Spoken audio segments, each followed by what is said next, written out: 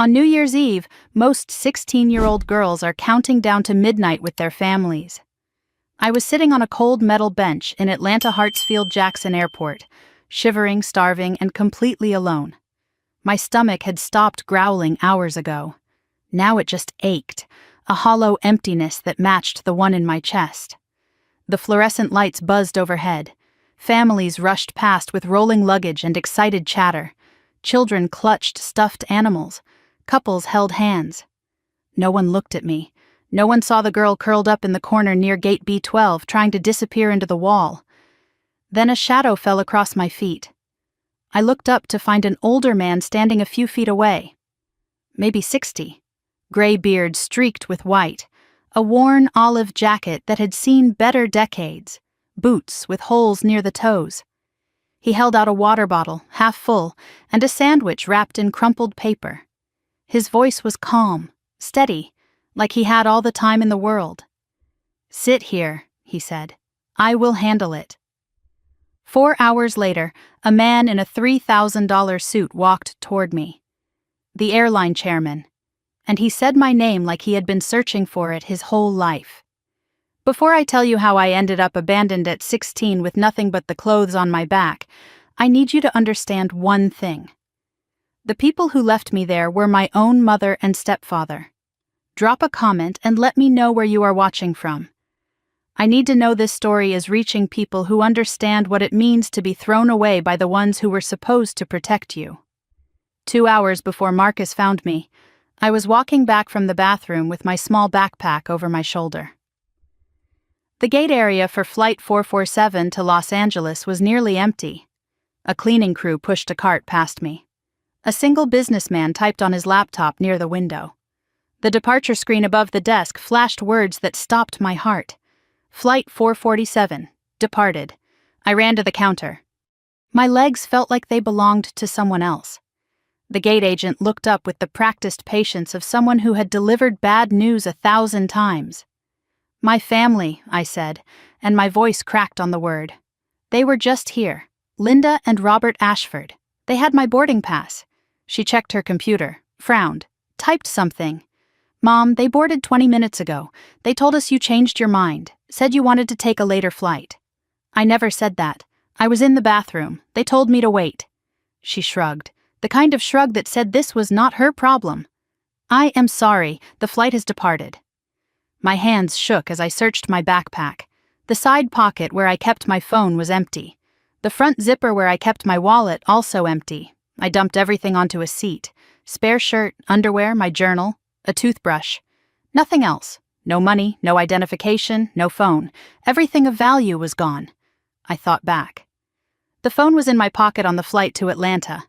I had used the bathroom on the plane and left my backpack in my seat. My mother had walked back from first class to check on me during the flight. "Just making sure you are comfortable, sweetheart," she had said. That was when she took it. While I was gone for 3 minutes, my own mother. The realization crashed into me like a wave. They planned this. They made me go to the bathroom. They took my things. They left me here. They left me at an airport like I was luggage they did not want to carry. I found the customer service desk. The line stretched back with frustrated travelers, delayed flights, lost bags, missed connections. I waited 20 minutes, rehearsing what to say, hoping someone would help. When I reached the counter, the words tumbled out faster than I could control them. "I am 16. My parents left me here. They took my phone and money. I do not know what to do." The agent looked at me with tired eyes. "Do you have identification?" "No. They took everything." "Do you have a number we can call?" I gave her my mother's cell phone. She dialed, waited. Her frown deepened. "This number is not in service. That is impossible. That is my mother's phone." "I am sorry, honey. It does not work." She exchanged a look with her colleague. I recognized that look. I had seen it my whole life. The problem child look, the attention seeker look. "Are you sure your parents left you?" she asked. Maybe there was a miscommunication. There was no miscommunication. They told the gate agent I changed my mind. I did not change my mind. The supervisor arrived.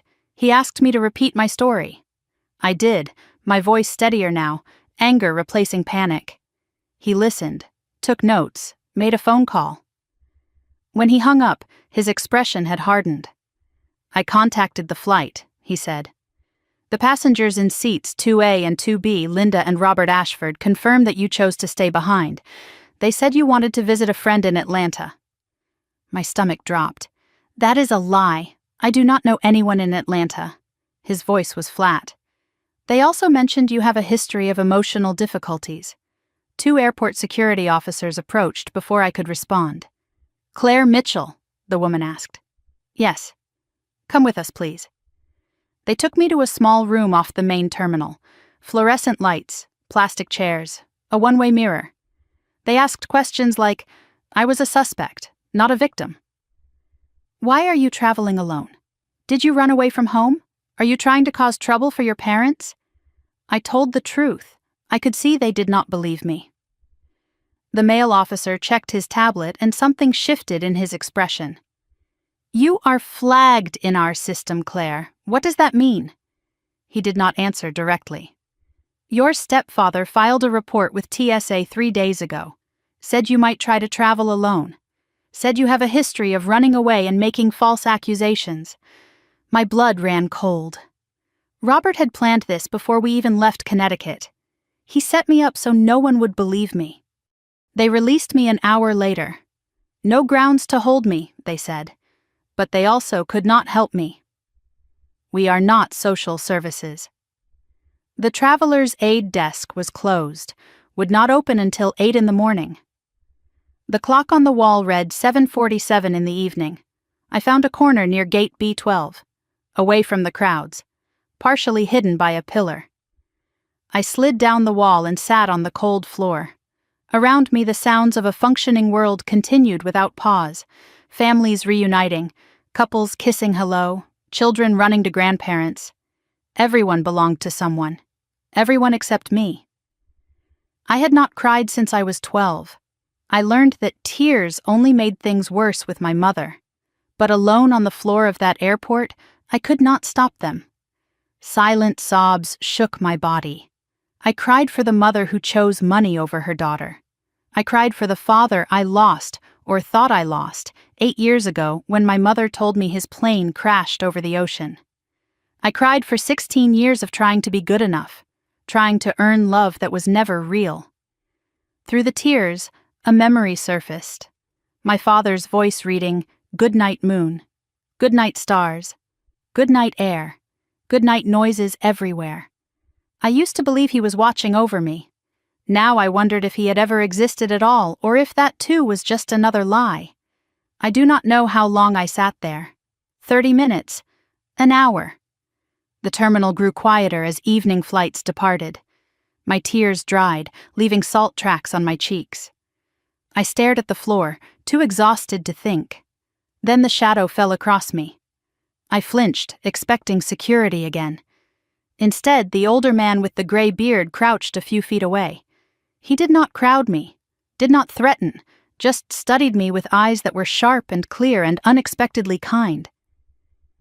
"You have been sitting here for 2 hours, he said. "I have been watching. Please leave me alone. Whoever left you here, they are not coming back. You know that, do you not?" I could not argue. I had no strength left. He reached into his battered backpack and pulled out the water bottle and the sandwich. "Eat first, then we talk." Every warning I had ever heard about strangers screamed in my head. But I was starving. I was alone. I had no other options. I took the water, drank slowly, took the sandwich. Peanut butter on white bread slightly squished. It tasted like survival. He settled a few feet away, giving me space. "My name is Marcus. I used to work here. Long time ago. Why are you helping me?" He looked at me with an expression I could not name. Something broken but still burning behind his eyes. "Because you remind me of someone I failed to help once. And I made a promise I would never let that happen again." I noticed a leather bracelet on his wrist, worn, cracked with age. 2 initials were carved into the leather. E.M. The same initials as my father. Ethan Mitchell. Before I could ask about it, Marcus stood and offered his hand. I know people here, people who owe me, people who can access systems the regular staff cannot touch. Why would you do this for me? Because I know what it is like to be thrown away. And because I think someone important is looking for you. He walked toward a staff-only door, knocked a pattern, and was led inside. I waited alone, heart pounding. 20 minutes later, the door opened. A woman in an airline uniform stepped out. Her face was pale, her hands trembled. She looked at me and spoke 2 words that changed everything. "Are you Claire Mitchell?" I nodded. Her voice shook. "Someone very high up wants to see you. They are sending a car." I did not know it then. But the next 4 hours would change everything I believed about my family, my father, and the mother who tried to erase me from existence. To understand why my mother abandoned me at an airport, you need to understand the family I grew up in, or rather, the family I was never really part of. I sat in that terminal waiting for whoever was coming, my mind drifting back through years of memories I had tried so hard to bury. Marcus had disappeared behind the staff door. The airline woman watched me with nervous eyes, refusing to answer my questions about who she had called. If I was going to make sense of what was happening, I needed to go back to the beginning. My earliest memories are warm.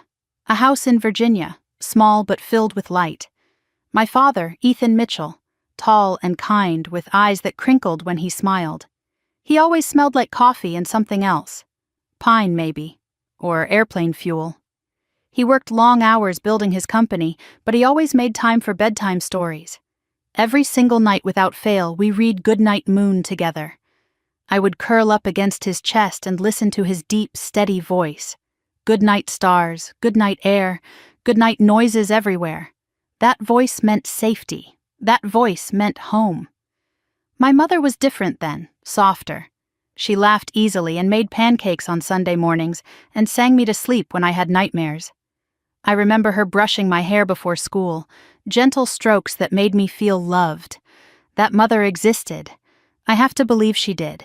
Because otherwise, I spent my whole childhood loving a ghost. I was 8 years old when everything changed. My mother sat me down in the living room one afternoon. Her face was strange, pulled tight in a way I had never seen before. "There has been an accident, sweetheart," she said. "Daddy's plane went down." I remember the words, but not the feeling. It was like my brain refused to process what she was telling me. I kept waiting for her to smile and say she was joking. She never did. There was no funeral. My mother said the crash happened over the ocean, no body recovered, nothing to bury. "We have to be strong now," she told me. "It is just you and me." Within months, my mother changed. The softness disappeared. The laughter stopped. She hugged me less, talked to me less, looked at me less. I thought it was grief. I thought she was mourning my father the same way I was. I did not know it was the beginning of something else entirely. Years later, I realized she had thrown away every photograph of my father. Not one picture remained in our house. When I asked her about it, her answer was quick and rehearsed. I threw them away. It was too painful to look at him. But I saw something flicker in her eyes when she said it. Not pain. Relief. 2 years after my father died, my mother introduced me to Robert Ashford. He was handsome in a cold way, with expensive suits and a smile that never reached his eyes. "A financial consultant," she said. "Very successful." I was 10 years old and immediately uncomfortable around him. He looked at me the way adults look at furniture they plan to replace. They married 6 months later. Small ceremony, destination wedding in the Caribbean. I was the flower girl. That was the last time I felt included in my mother's life.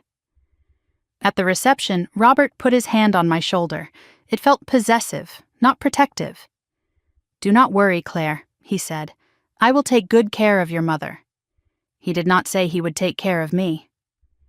After the wedding, we moved to a new house in Greenwich, Connecticut. Massive. 6 bedrooms. A pool I was rarely allowed to use. My room was at the end of a long hallway, far from the master bedroom. "For privacy," my mother said. I understood it differently, out of sight, out of mind. Robert established new rules. Dinner at 6 sharp, homework reviewed and graded, curfew strictly enforced. But the rules only applied to me. My mother started deferring to Robert on everything, including decisions about her own daughter. Ask Robert became her answer to every question. Robert never raised his voice, never hit me, never threatened me directly, but I learned to read the silences. When Robert went quiet at dinner, something bad always followed. A canceled trip. A confiscated phone. An accusation I could not defend against. The quieter he became, the more dangerous he was. By the time I was 12, I understood my place. I was tolerated, not wanted. Family dinners happened where my mother and Robert discussed vacations I was not invited to, birthday parties with Robert's business associates where I was sent to my room. Claire has homework, my mother would say. Claire is not feeling well. Claire prefers to be alone. Lies told so often they became the official story. Robert started calling me difficult. He said it to teachers, to family friends, to my mother.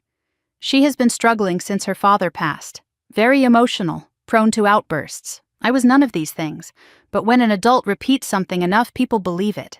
Teachers looked at me with pity. Classmates kept their distance. I learned to stop defending myself because no one listened anyway. By 14, I had no close friends. Not because I was unlikable, but because Robert controlled my schedule. No sleepovers because they were too disruptive. No after-school activities because they were a waste of money. No phone calls because they were distracting. Focus on your studies, Claire, Robert would say. That is what your father would have wanted. He always invoked my dead father when he wanted me to obey. It worked every time. At 15, I asked to see a therapist. Robert agreed immediately. Excellent idea, he said. The therapist turned out to be Robert's friend from the country club. After 3 sessions, she told my mother that I had attachment issues, that I was creating problems for attention. I never went back. One night around that time, I walked past Robert's study and heard him on the phone. His voice was sharp, impatient. She is almost 18. We need to move faster. Silence. Then, the trust fund transfers when she is of age, if we do not act before then. The door opened suddenly. Robert saw me in the hallway. He smiled, but his eyes did not. Eavesdropping is rude, Claire. Go to bed. I was 16 when I found the box, hidden in the basement behind old Christmas decorations. Inside were documents, legal papers with my father's name on every page. Mitchell Family Trust, established for Claire Elizabeth Mitchell. The value listed made my hands shake. $12 million.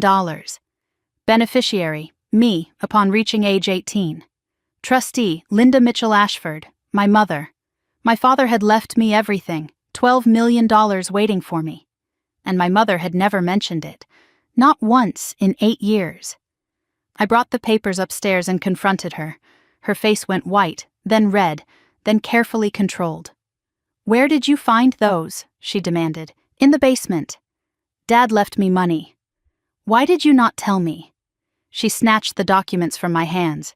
Because you are a child. You would not understand. I am 16. I can understand money. Her voice turned cold. These are adult matters, Claire. Robert and I are managing the trust for your benefit. Then why did I not know it existed? Because you do not need to. Not yet. The documents disappeared after that. I searched the house 3 times. Nothing. When I asked again, my mother looked at me like I was crazy. I do not know what you're talking about. Robert smiled at dinner that night. Claire has such a vivid imagination, he said. 3 days later, I noticed something else missing. The small box of my father's belongings that I had kept hidden in my closet for 8 years. His old watch, his faded wallet, the photographs I had managed to save. All of it gone. It was like Ethan Mitchell had never existed at all. 1 week before the airport, my mother announced a family vacation. Los Angeles. Just the 3 of us. I wanted to believe it was real. I wanted to believe she still loved me somewhere underneath all the coldness. The night before we left, I heard her laughing downstairs with Robert. A real laugh, the kind I had not heard in years. I crept to the top of the stairs and listened. By this time next week it will all be done, Robert said. Finally, my mother replied. I have waited long enough. I went back to my room and told myself it meant nothing. I wanted so badly for it to mean nothing. The staff door swung open, pulling me back to the present. Marcus stepped out, followed by a woman I did not recognize. She was not airline staff. She wore a blazer and carried a leather briefcase. Her eyes found me immediately, sharp and searching. Claire Mitchell? Yes. She did not smile. My name is Denise Carter. I need to ask you some questions about your father. My heart stopped. My father is dead. Denise's expression did not change. That is what we need to talk about. Denise Carter stood before me with her briefcase and her sharp eyes, asking questions about my father. But before I could answer, before I could process what she meant, she held up her hand. First, I need you to tell me exactly what happened. Start from the beginning of the trip. Every detail matters. I took a breath and went back to 3 days ago. The trip that was supposed to bring my family together. The trip that turned out to be a trap designed with surgical precision. It was a Tuesday morning. I came downstairs to find my mother and Robert already at the breakfast table. This was unusual. Robert always left for work by 6. My mother rarely woke before 9. But that morning there was fresh coffee, eggs, orange juice, a real breakfast.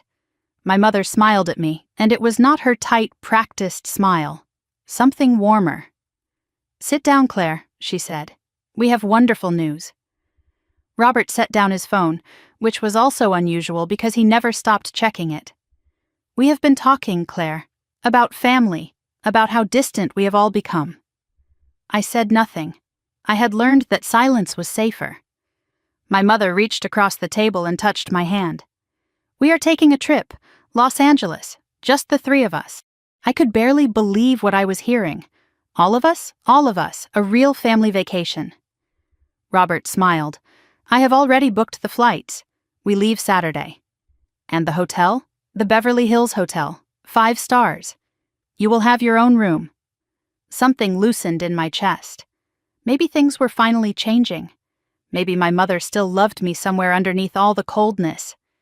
Maybe this was her way of trying again. As I stood to clear my plate, I caught my mother and Robert exchanging a glance. Quick, loaded, meaningful. Robert gave an almost imperceptible nod. My mother's smile tightened for just a moment before returning to warmth. I told myself it was nothing. I wanted so badly for it to be nothing. The days before the trip passed in a blur of cautious hope. On Wednesday, I floated through school imagining beaches and palm trees and meals where my mother actually looked at me when I spoke. At home that evening, I found her packing in the master bedroom, designer luggage, new clothes with tags still attached, 3 large suitcases for a 5-day vacation. It seemed like a lot, but I did not question it. On Thursday, Robert worked from home. He spent hours in his study with the door locked. I heard the printer running constantly. At dinner, he was distracted, checking his phone every few minutes. My mother filled the silence with chatter about restaurants we would try and beaches we would visit. When I asked about the itinerary, Robert looked up sharply. Do not worry about that. We will handle the details. On Friday, the day before we were supposed to leave, I came home from school to find a stranger in the living room, a man in a gray suit with silver hair and a briefcase open on the coffee table. My mother and Robert sat across from him, signing papers. When I walked in, all 3 of them looked up. The stranger closed his briefcase quickly. Robert stood. Claire, you are home early. Who is this? My mother's voice was smooth. Just our accountant. Tax season. Boring adult stuff. The stranger left without introducing himself. As he passed me in the hallway, a paper slipped from his briefcase. I picked it up to return it, and my eyes caught the letterhead. Morrison and Associates, Estate Planning and Trust Administration. Below that, in bold type, Ree Mitchell Family Trust, Beneficiary Amendment. He snatched it from my hands before I could read more. Thank you, he said coldly, and walked out the door. That night, I packed my small suitcase. I did not have designer luggage like my mother, just a worn duffel bag from middle school. I packed carefully. Clothes for warm weather, my journal, and a photograph of my father I had found hidden in an old book. The photo was creased and faded. My father holding baby me, both of us smiling. I tucked it into my journal where my mother could not find it. At 9 that night, Robert knocked on my door and entered without waiting. He carried a clipboard and pen. "Claire, I need to verify some travel information." He asked for my full legal name, Claire Elizabeth Mitchell, my date of birth, March 15, 2009. Then he asked for my social security number. "Why do you need that?" His smile did not reach his eyes. "TSA requirements, new security protocols." I gave him the number. What choice did I have? He wrote it down, nodded once, and left. At the door, he paused. "Get some sleep. Big day tomorrow." I lay in bed, unable to sleep. At 11, I heard laughter from downstairs. My mother's laugh. Genuine and unguarded. The laugh I remembered from childhood. I crept to the top of the stairs and listened. "By this time next week it will all be done," Robert said. Finally, 8 years I have waited. 8 years of playing the devoted mother. Robert's voice dropped lower. "The boarding school in Switzerland is expecting her. No phone access, no internet, no contact with anyone who might ask questions." My mother laughed again. "By the time she is 18, the trust will be empty, and she will have no proof of anything." I pressed myself against the wall, barely breathing. Boarding school, Switzerland. The trust will be empty. They were not taking me on vacation. They were getting rid of me.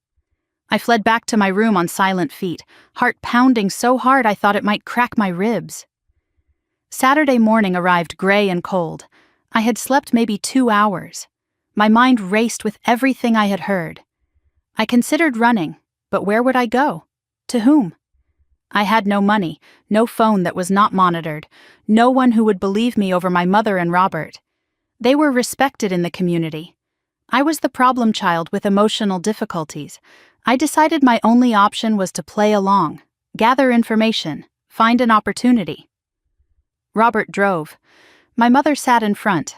I sat in the back, watching the Connecticut trees blur past. The car was too quiet.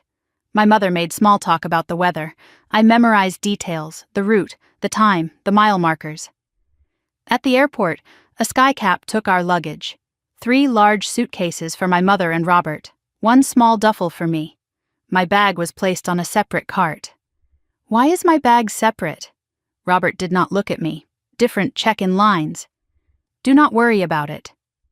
Inside the terminal, my mother linked her arm through mine, a gesture of motherly affection. It felt like a handcuff. We checked in at the counter. I asked for my boarding pass. The agent handed all 3 passes to Robert. "Here you are, sir. 3 passengers to Los Angeles, connecting through Atlanta." Robert pocketed all 3. "I will hold on to these. Easier to keep track."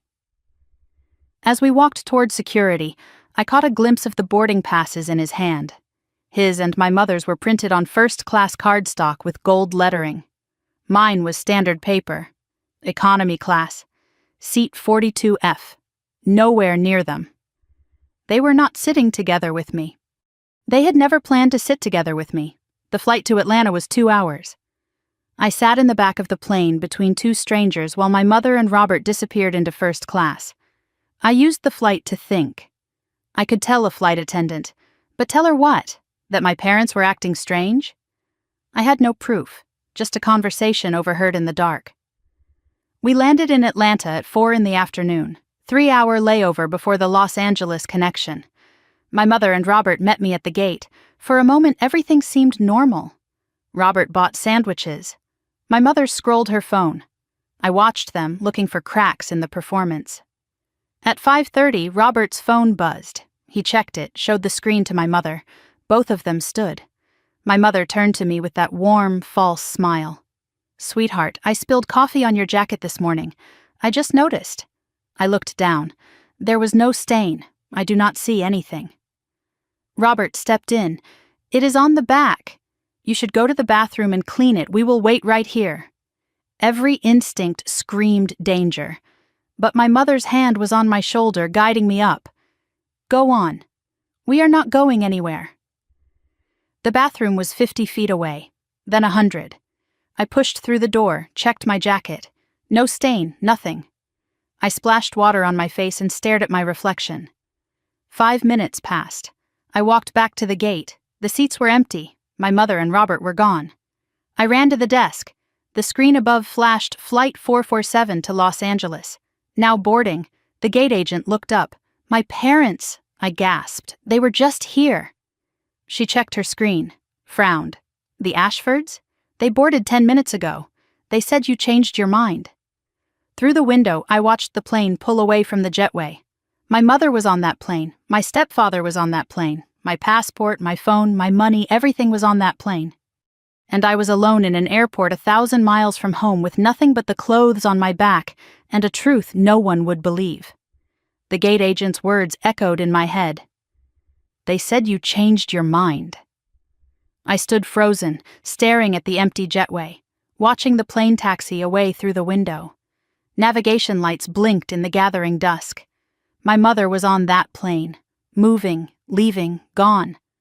My legs gave out. I grabbed the counter to stay upright. My chest tightened until I could barely breathe. The terminal noise faded to static, families laughing, announcements overhead, all of it distant like sounds from another world. A child ran past clutching a stuffed bear. I watched him find his mother's hand. Such a simple thing, a child holding a parent's hand. It broke something inside me. Please, I said to the gate agent. My voice cracked. There has been a mistake. They would not leave me. Her expression shifted. Pity mixed with suspicion. I recognized the combination. I am sorry, honey. The flight has departed. Is there someone I can call for you? I opened my mouth to give my mother's number. Then I remembered. I did not have a phone. I did not have anything. My hands shook as I searched my backpack again. The side pocket where I always kept my phone, empty. The front zipper where I always kept my wallet, empty. I dumped everything onto a seat for the second time, hoping I had somehow missed something. Spare shirt, underwear, journal, toothbrush, nothing else. I thought back through the day, reconstructing the crime. The phone was in my pocket on the flight to Atlanta. I had used the bathroom during the flight and left my backpack in my seat. My mother had walked back from first class to check on me. Just making sure you are comfortable, sweetheart. That was when she took it. While I was gone for 3 minutes, my own mother had stolen my lifeline. The wallet was harder to trace. I had seen it at the house that morning, in my bag. But Robert had carried my bag to the car. Robert had loaded it in the trunk. He had hours alone with my belongings. They had planned every detail, every single one. And the passport. I had never held my own passport. Robert kept all the travel documents for safekeeping, he said. Without identification, I could not prove who I was. I was a 16-year-old girl with no identity, stranded in an airport 1,000 miles from anything familiar. As I repacked my backpack with trembling hands, I noticed something I had missed before. My journal. The lock had been broken. Pages were torn out.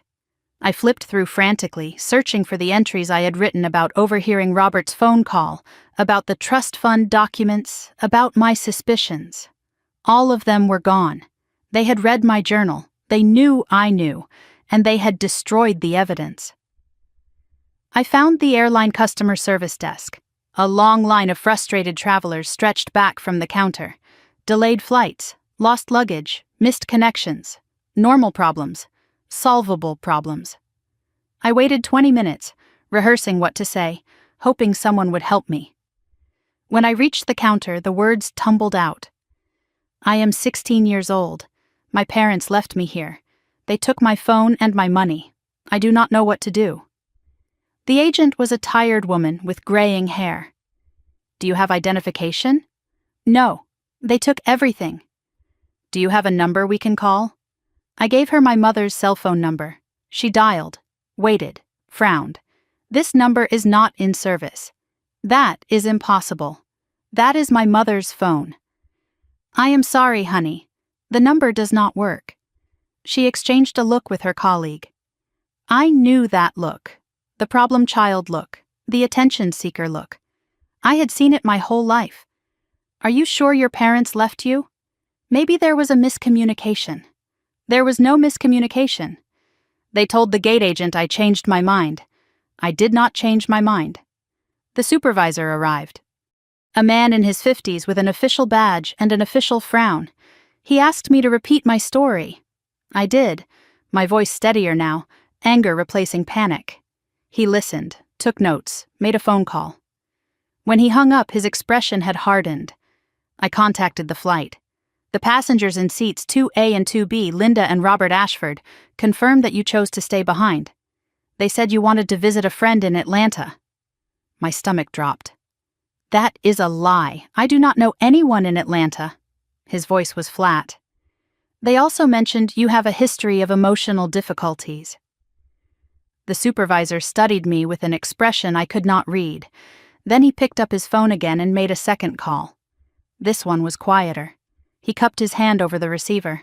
When he hung up, something in his demeanor had shifted. He was no longer dismissive. He was nervous. Wait here, he said. Someone from security needs to speak with you. He would not meet my eyes.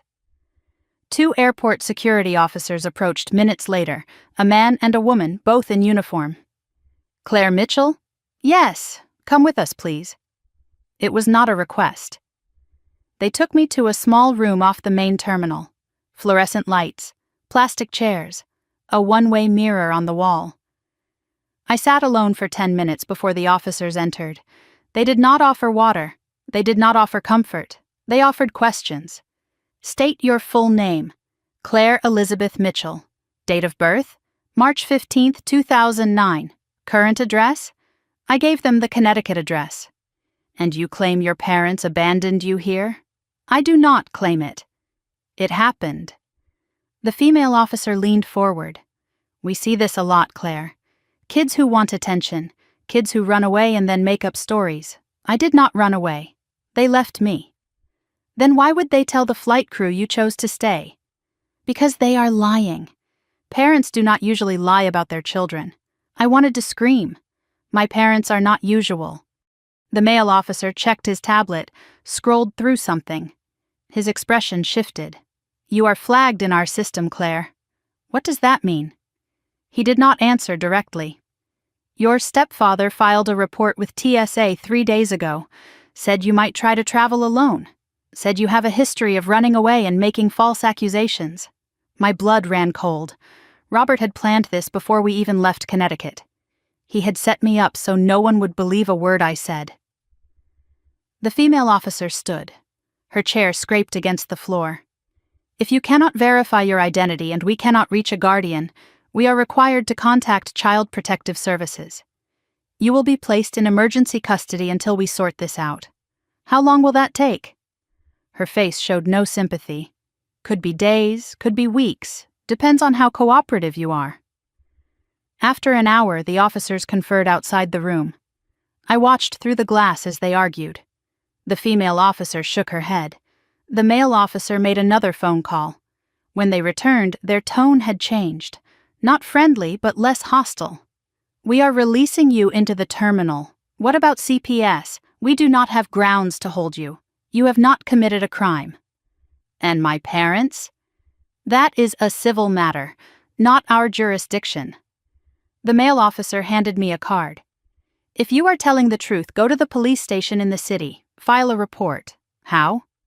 I have no money for a cab. No phone to call anyone. He shrugged. Not our problem. We deal with airport security, not family disputes. They escorted me to the door and left me in the terminal. Alone again. No closer to help than before. I walked toward baggage claim on autopilot. Someone had mentioned a traveler's aid desk.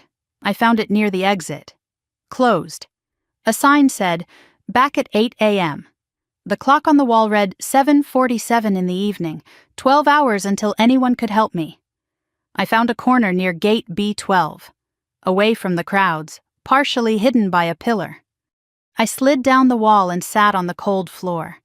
Around me, the sounds of a functioning world continued without pause. Families reuniting, couples kissing hello, children running to grandparents. Everyone belonged to someone. Everyone except me. I had not cried since I was 12. I learned young that tears only made things worse. My mother used them against me. Robert called them manipulation. So I stopped. I built walls. I held everything inside. But alone on the floor of that airport, I could not stop the tears. Silent sobs shook my body until I had nothing left.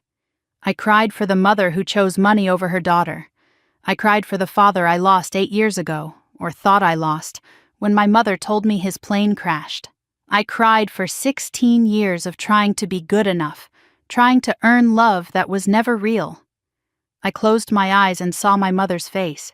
Not the cold mask of the past 6 years, but the warm smile from before. The mother who made pancakes on Sunday mornings. The mother who sang me to sleep. That mother was gone. Maybe she had never existed. Maybe love was just another word for waiting to be betrayed. I do not know how long I sat there. My tears dried. The terminal grew quieter. I stared at the floor, too exhausted to think. Then a shadow fell across me. I flinched, expecting security again. Instead, an older man stood a few feet away. Gray beard streaked with white, worn olive jacket, boots with holes, a battered backpack over one shoulder. He did not look threatening.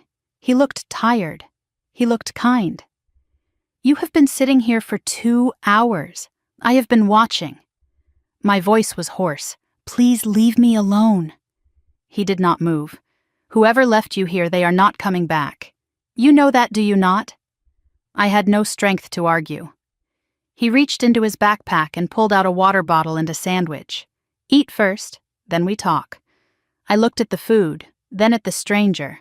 Every warning I had ever heard screamed in my head. But I was starving. I was alone. I had no other options. I took the water. I took the sandwich. The man settled a few feet away, giving me space. "My name is Marcus, and I think I know who you are." My hand froze halfway to my mouth. "How could you possibly know who I am?" He looked at me with eyes that held something like grief. "Because I have been waiting for you. I just did not know it until tonight." I held the water bottle Marcus gave me with trembling hands. I had not eaten since a granola bar 14 hours ago. The sandwich was peanut butter on white bread, slightly crushed, nothing special. It tasted like survival. While I ate, I studied the man who had appeared out of nowhere to help me. His gray beard was neatly trimmed despite his circumstances. His eyes were sharp and clear, not the glazed look I expected from someone living on the streets. His clothes were worn but clean. The olive jacket had patches at the elbows. His boots had been resoled more than once. Everything about him suggested someone who once had structure, discipline, purpose. He sat a respectful distance away, not crowding my space. Patient. Watchful. Like he had done this before. I swallowed a bite of sandwich and wiped my mouth. "You said you know who I am." "Explain."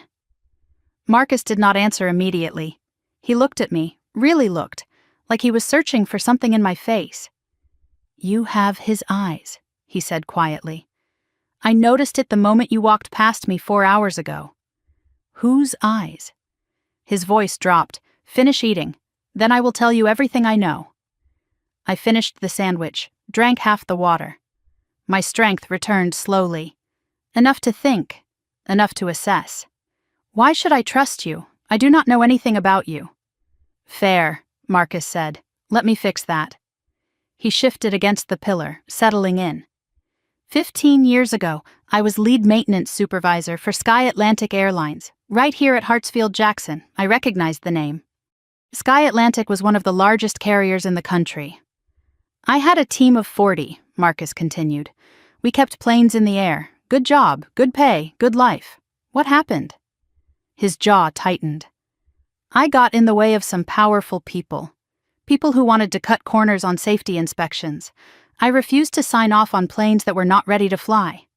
They set you up, made it look like I falsified maintenance records. I was fired, blacklisted, prosecuted. He paused. I spent 8 months in federal prison for something I did not do. By the time I got out, I had nothing.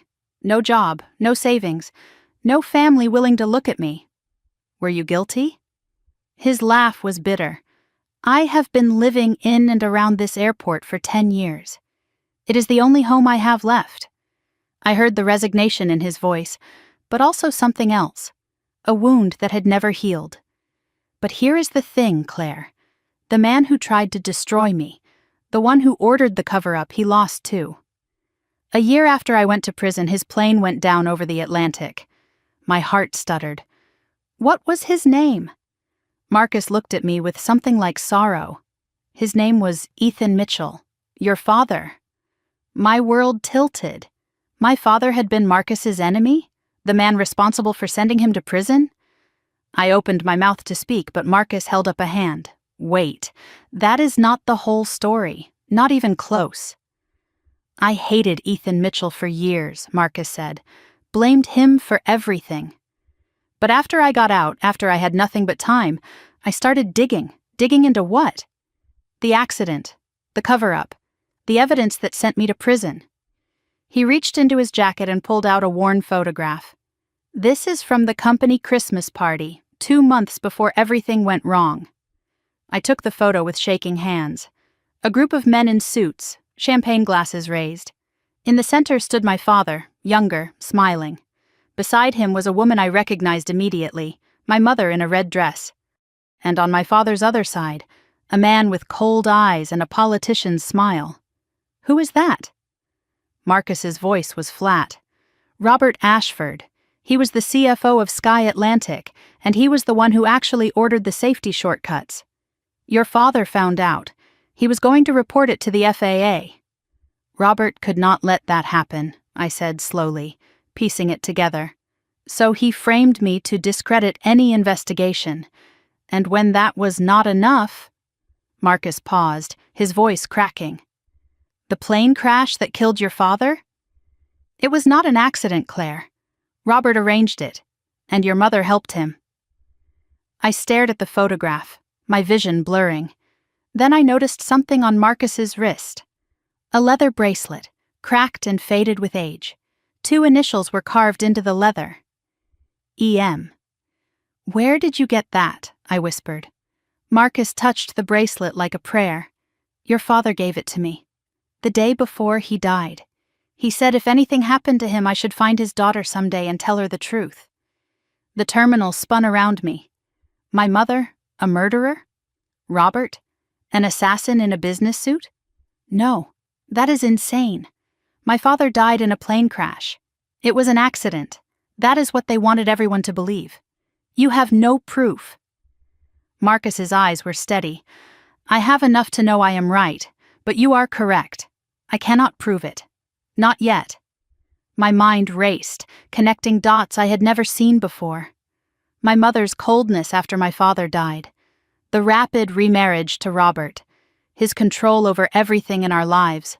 The trust fund, the documents, the boarding school in Switzerland. They are not just trying to steal my money, I said. They are trying to get rid of me.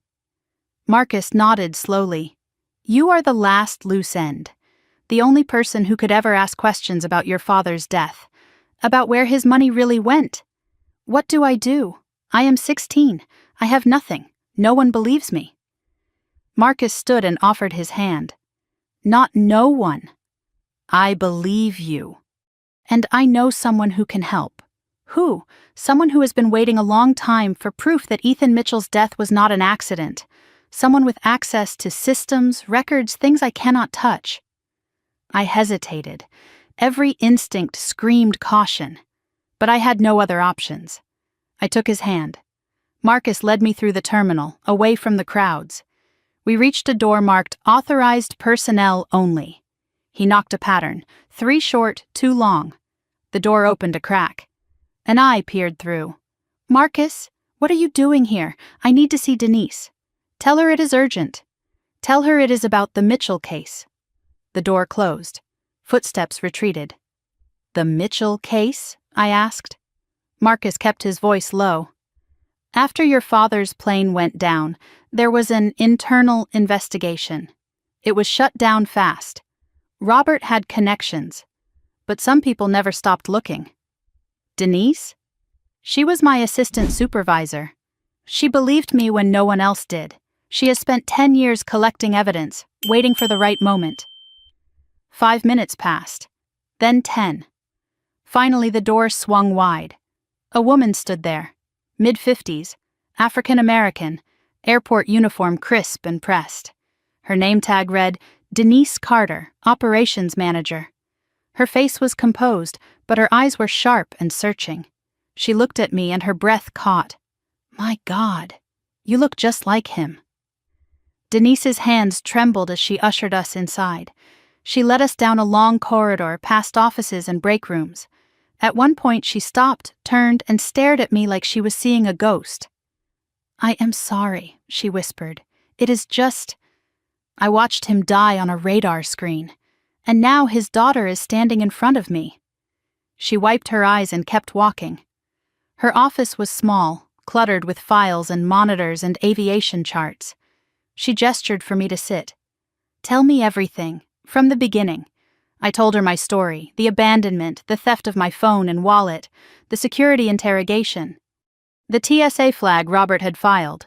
Denise typed as she listened, accessing systems I could not see. You are right, she said finally. You are flagged in the system, but it is not a standard runaway alert. What is it? She frowned at her screen. It is a restricted access flag, placed by someone with federal-level clearance. Robert? No, Robert does not have that kind of access. This came from higher up. Marcus leaned forward. Who? Denise shook her head. I cannot see the source. It is locked behind security protocols I cannot breach. But here is what does not make sense, she continued. The flag was not placed to find you. It was placed to protect you. My confusion deepened. Protect me? From who? Denise pulled up another screen. There is a notation attached. It says, if subject is located, contact immediately. Priority 1. Contact who? Denise hesitated, then met my eyes. The chairman of Sky Atlantic Airlines. My mind reeled. Sky Atlantic. The company my father built, the company Robert supposedly destroyed him to control. Why would the chairman want to find me? Because the current chairman is not Robert Ashford. Robert was forced out 3 years ago after a financial scandal. The current chairman... Denise stopped, looked at Marcus, then back at me. I think you need to see this for yourself. She picked up her phone and hesitated. If I make this call, there is no going back. Whoever is on the other end of that flag, they will come here. Tonight. Who is the chairman? Marcus answered before Denise could speak. We do not know. After Robert was removed, someone bought the company through a series of shell corporations. No one knows who is really in charge. But they want to find me. They have been looking. Denise nodded. For years, apparently. The flag was placed 8 years ago, right after your father died. 8 years. Someone had been searching for me for 8 years, since the moment my father's plane went down. Make the call. Denise dialed.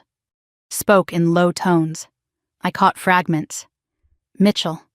Yes, she is here. I understand. Yes, sir. She hung up. Her face was pale. What did they say? Her voice shook. Someone is coming. They are sending a car from the private terminal. They said to tell you not to be afraid. They said to tell you that you are safe now. Marcus gripped my shoulder. Who is coming, Denise? She looked at me with an expression caught between fear and wonder. The chairman himself. He will be here within the hour. Who is he? Denise took a breath. I do not know his name, but he asked me to give you a message. He said to tell you that Goodnight Moon was always his favorite too. The words hit me like a physical blow. Goodnight Moon, our book. My father's voice in the dark, reading me to sleep. No one knew about that. No one except him. I sat in that cramped office surrounded by strangers, and for the first time in 8 years, I let myself believe the impossible. Maybe my father was not dead after all. 2 men in suits arrived at Denise's office within minutes. Airline security, but different from the officers who had interrogated me earlier. These men were professional, deferential. They addressed me as Miss Mitchell. "Please come with us," the taller one said. "You will be more comfortable in the executive lounge." I looked at Marcus. He nodded. "I will be right behind you." We moved through corridors I never knew existed, past baggage handling areas, maintenance bays, staff break rooms. The airport had a whole world behind its public face. Finally, we reached a set of double doors with the Sky Atlantic logo embossed in gold. The sign read, "Executive Lounge, Invitation Only." Inside was another world. Leather couches, mahogany tables, crystal decanters catching the light. A world away from the cold metal bench where I had sat crying just 2 hours before.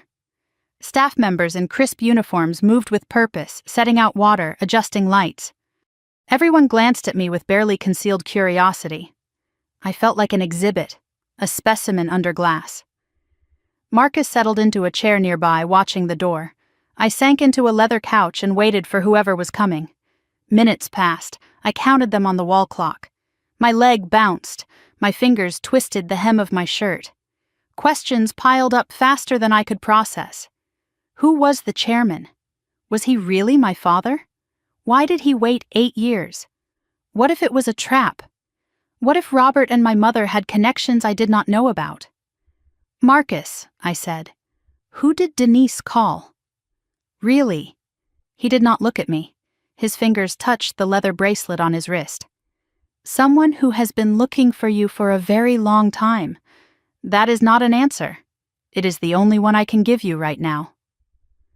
Some things need to be seen, not explained.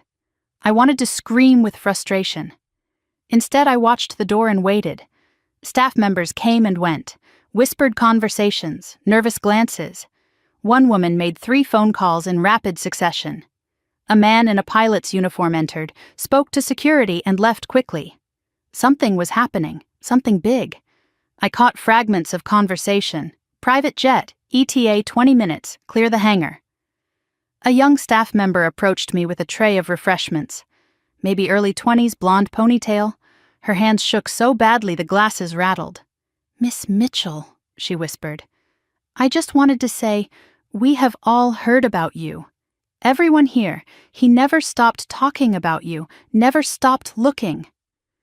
Before I could respond, a supervisor called the girl away sharply. She scurried off without another word. The lounge doors opened. A man entered. Mid-60s, silver hair, wire-rimmed glasses, leather briefcase. His suit cost more than my entire wardrobe. He moved with the confidence of someone accustomed to controlling rooms. His eyes found me immediately, assessing, calculating, then softening. "Claire Mitchell. My name is Thomas Harrington. I am an attorney with Morrison and Associates." My stomach clenched.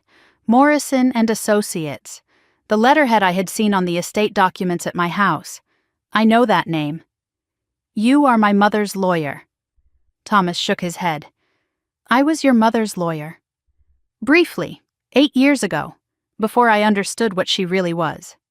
He sat across from me, briefcase on the table between us. "I have been searching for you for 2 years at the request of my current client. Your mother made that exceptionally difficult. Who is your client? You will meet him shortly. First, I need to verify some information." He pulled out a legal pad and pen. Questions began. "When did your mother tell you your father had died? What exactly did she say about the circumstances? Did you ever see a death certificate? A grave? Any official documentation?" I answered each question, and each answer pulled at threads I had never examined. I realized I had never seen proof. I had simply believed because my mother told me. Thomas paused, studying me. "Claire, did your mother ever explain why there was no funeral, no memorial service, no grave for you to visit?" My mouth went dry.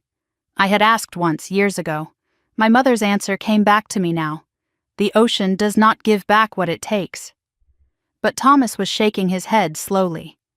"There was no crash over the Atlantic, Claire. The plane went down over Lake Michigan, and the pilot's body was recovered within a week. Thomas opened his briefcase and removed a thick folder. Your father was a careful man. Before his accident, he established a trust fund in your name. I know. I found documents about it. $12 million. His eyebrows rose. You found them? Where? In our basement. My mother took them before I could read everything. That explains a great deal. He spread papers across the table. The Mitchell Family Trust was established with $12 million when you were 3 years old.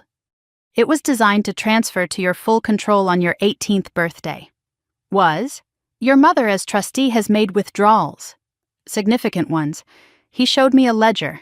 Numbers blurred together. $4.2 million over the past 8 years. Supposedly for your education, medical care, and living expenses. I laughed bitterly. I went to public school. I have never been to a doctor except for required checkups. I do not have a car. I barely have clothes that fit. Thomas nodded grimly. We know. The money went elsewhere. Real estate in Robert's name. Offshore accounts. A lifestyle your mother felt she deserved. What is left? Approximately $7.8 million.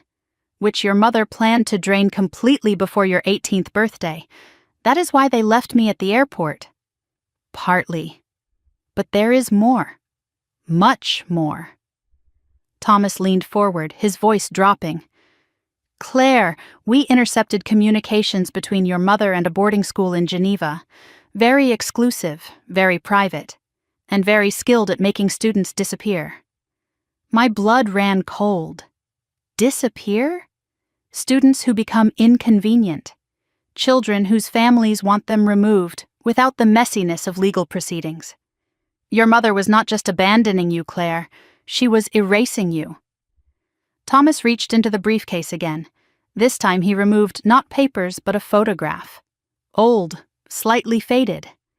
My client asked me to show you this. He said you would understand. I took the photograph with trembling hands. A man in his early 30s, laughing, sunlight on his face. On his shoulders sat a little girl, maybe 4 or 5, arms spread wide like airplane wings, both of them smiling with pure, unguarded joy. The background showed a backyard, a swing set, autumn leaves. I recognized the swing set. The house in Virginia, before everything changed. That is me, yes. And that is... My voice broke. That is my father. I studied the face, the eyes. My eyes, I realized. The same shape, the same color. Marcus had said it. Now I saw it. I do not remember this day. Thomas's voice was gentle. You were 4, but he remembers it. He said it was the happiest day of his life. My vision blurred. I had not cried over my father in years. I thought I had no tears left. But this photograph, this proof of a happiness I could not recall, broke something open. I pressed the photo to my chest and let myself feel everything I had been holding back. Marcus moved to sit beside me. His hand rested on my shoulder. He kept that photo in his wallet for 8 years, he said quietly. Through everything, the accident, the recovery, the years of searching. He told me once that when he found you, he wanted you to see it. To know that nothing, not time, not distance, not your mother's lies, could make him forget his little girl. I wiped my eyes, still clutching the photograph. I do not understand. If my father survived, why did he not find me? Thomas and Marcus exchanged a look. The accident was real, Thomas began. The plane did go down.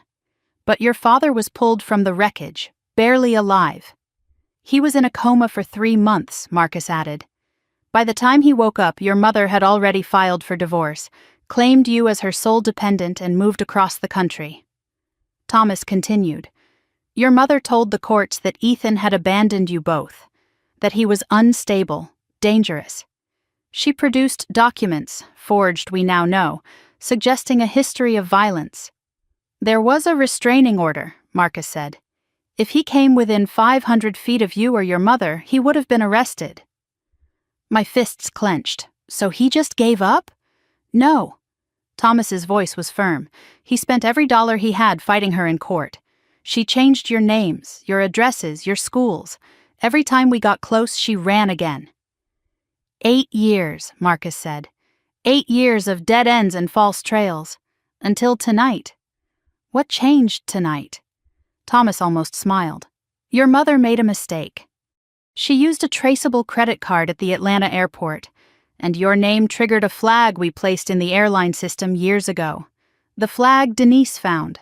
Yes, a flag your father insisted on placing in every airport in America, just in case.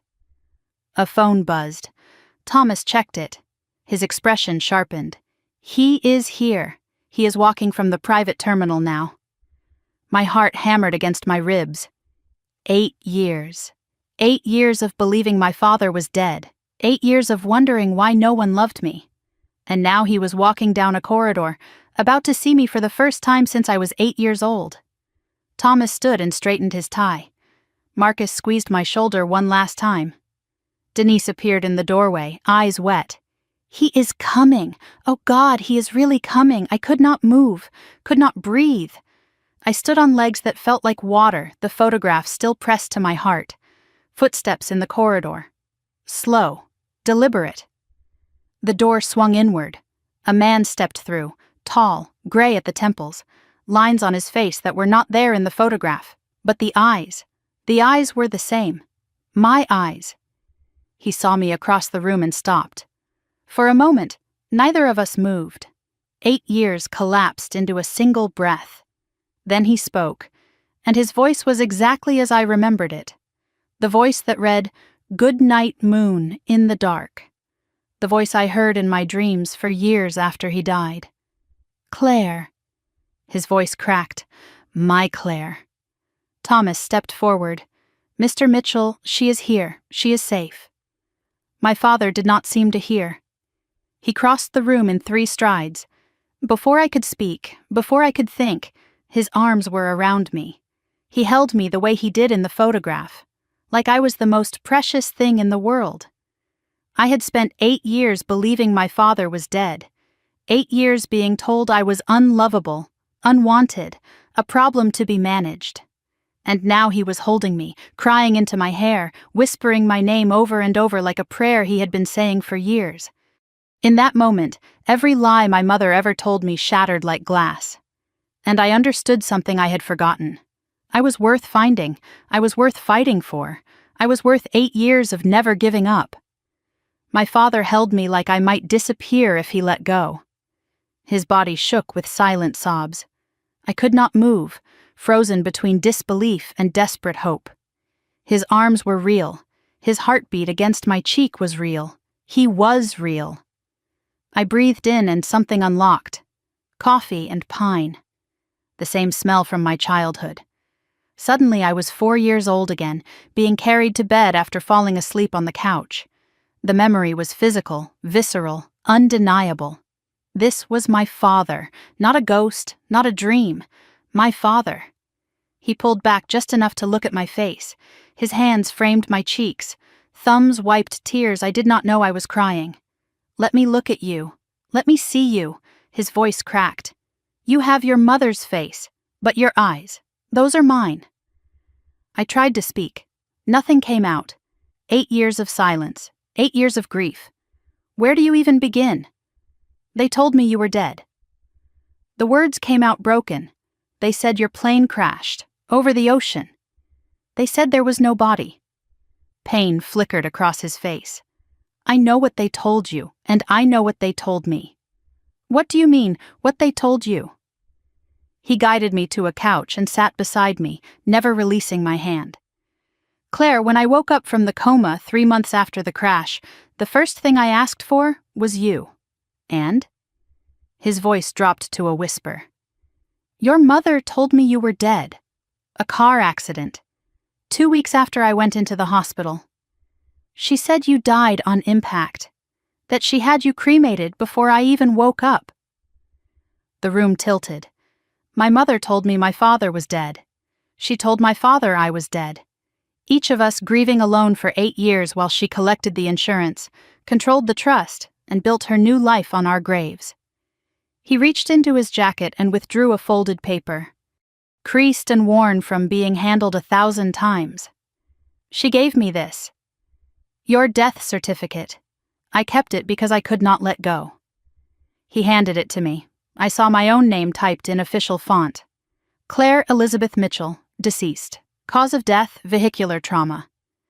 The date was 2 weeks after my father's plane went down. I carried my daughter's death certificate for 6 years, he said, before I discovered it was a forgery. Tell me about the plane. What really happened? He took a breath. This was a story he had told before, but never to me. It was not an accident. The maintenance logs were falsified. Critical systems were sabotaged. By who? Robert. He was my CFO. I trusted him with everything. The company finances, the expansion plans, the safety protocols. I discovered he had been embezzling for years, millions. I confronted him privately and gave him a chance to return the money and resign quietly. But he did not. No. Instead, he went to your mother. They had been having an affair for months. I did not know. I felt sick. The timeline clicked into place. They decided it was easier to kill me than face prosecution. Robert arranged the sabotage. Your mother provided the alibi. The plane went down over Lake Michigan. The pilot, a man named James, managed to crash land instead of a full impact. He died on impact. I should have died too. But you did not. A fishing boat saw the wreckage. They pulled me out of the water barely breathing. I spent 3 months in a coma in a hospital in Wisconsin. By the time I woke up, your mother had already destroyed both our lives. I thought of all the nights I had lain awake talking to my dead father in the dark, telling him about my day, asking him why he left, begging him to come back. He had been alive the whole time, in a hospital bed, then searching. Always searching. Every whispered prayer I sent into the darkness, he had been trying to answer. When I found out you were alive, my father continued, that the death certificate was fake, I hired every investigator I could find. How did you find out? His expression hardened. A private detective tracked down the funeral home your mother claimed she used. There was no record, no cremation, no body, no Claire Mitchell. That was 6 years ago? Yes, and every day since then I have been looking for you. Thomas spoke from across the room. We tracked 14 different identities over 6 years. 14 names, 14 addresses. Each time we located her, she was already gone. My father's hand tightened on mine. She knew I was looking. She was always one step ahead. So, what changed? How did you find me tonight? Marcus stepped forward. That would be me. I looked at the homeless man who had given me a sandwich and led me to Denise and set all of this in motion. I recognized your eyes the moment you sat down in that terminal. I have been carrying a photo of you for 10 years. He pulled out a worn photograph. Me at age 6 with a gap-toothed smile sitting on a swing. Your father gave this to me the day before his plane went down. He said if anything ever happened to him, I should watch over you. I stared at Marcus, reprocessing everything. But you said my father was your enemy. You said he sent you to prison. Marcus shook his head slowly. I thought he did. For years I believed Ethan had betrayed me. But the evidence that sent me to prison was planted by Robert. Your father was framed too. We were both his victims. I only learned the truth after Ethan woke up and started fighting back. My father took over. Marcus was my best maintenance supervisor. When Robert started cutting corners on safety, Marcus refused to sign off on compromised aircraft. So Robert framed him to get him out of the way. Yes, and I believed the evidence. I testified against Marcus at his trial. Marcus's voice was quiet. He did not know. None of us knew what Robert was really doing. When I woke up from the coma and started investigating, my father said, I found the real documents, the forged signatures, the falsified records. All of it pointed to Robert. I found Marcus in Atlanta 3 years ago, living in the airport where he used to work. I tried to apologize, to explain. Marcus interrupted. And I did not want to hear it. Not at first. I had spent too many years hating him, but he kept coming back, kept showing me evidence, kept asking me to help find his daughter. My father's voice broke. I told him everything. About Claire, about the fake death certificate, about your mother's lies. Marcus looked at me. I could not save myself, but I could help save you. So I stayed at this airport, watched, waited, hoping that someday, somehow you would pass through. And tonight, after 10 years, I finally kept my promise to your father. Thomas had been silent, but now he moved to stand beside my father. His hand rested briefly on my father's shoulder. A gesture of solidarity that spoke of years of shared struggle. What they are not telling you, Claire, is that your father sold everything to fund the search. The house, the cars, his stake in 3 companies. He rebuilt Sky Atlantic from scratch just to have the resources to keep looking. My father shook his head. None of it mattered. Only you. My mind raced. So tonight, leaving me at the airport, what was the point? They already had the money, Thomas answered. Not all of it. The trust fund structure requires your signature on certain documents once you turn 18. Without you, they can drain the remaining funds, but they cannot access the principal legally. They wanted me gone before I could claim anything. Worse than that. Thomas's face was grim. We have evidence they were planning to send you to a facility in Geneva, a place that specializes in making inconvenient children disappear permanently. My father's jaw was set. They were not just abandoning you, Claire. They were trying to erase you, the same way they tried to erase me, but they failed. Yes, because of Marcus, because of Denise, because of 8 years of never giving up. I looked at my father, this man I thought was dead. This man who had spent nearly a decade searching for a daughter he was told had died. What do we do now? His eyes hardened. Now we finish this. Together. How? Your mother and Robert landed in Los Angeles 2 hours ago. They think their plan worked. They think you are stranded, alone, about to be picked up by the boarding school's people. But I am not. No, you are with me. And by tomorrow morning, they are going to know exactly how badly they miscalculated. The VIP lounge had grown quiet. Staff had retreated. Only my father, Marcus, Thomas, and Denise remained. My father turned to face me fully. I know you have questions, hundreds of them. I have 8 years of your life to catch up on, 8 birthdays I missed, 8 years of not being there when you needed me. I cannot change what happened. I cannot give you back the childhood they stole from both of us. His hands gripped mine. But I can promise you this. From this moment forward, you will never be alone again. You will never be abandoned. You will never wonder if someone loves you. How do I know this is real? How do I know you will not disappear again? He reached into his pocket and pulled out the leather bracelet.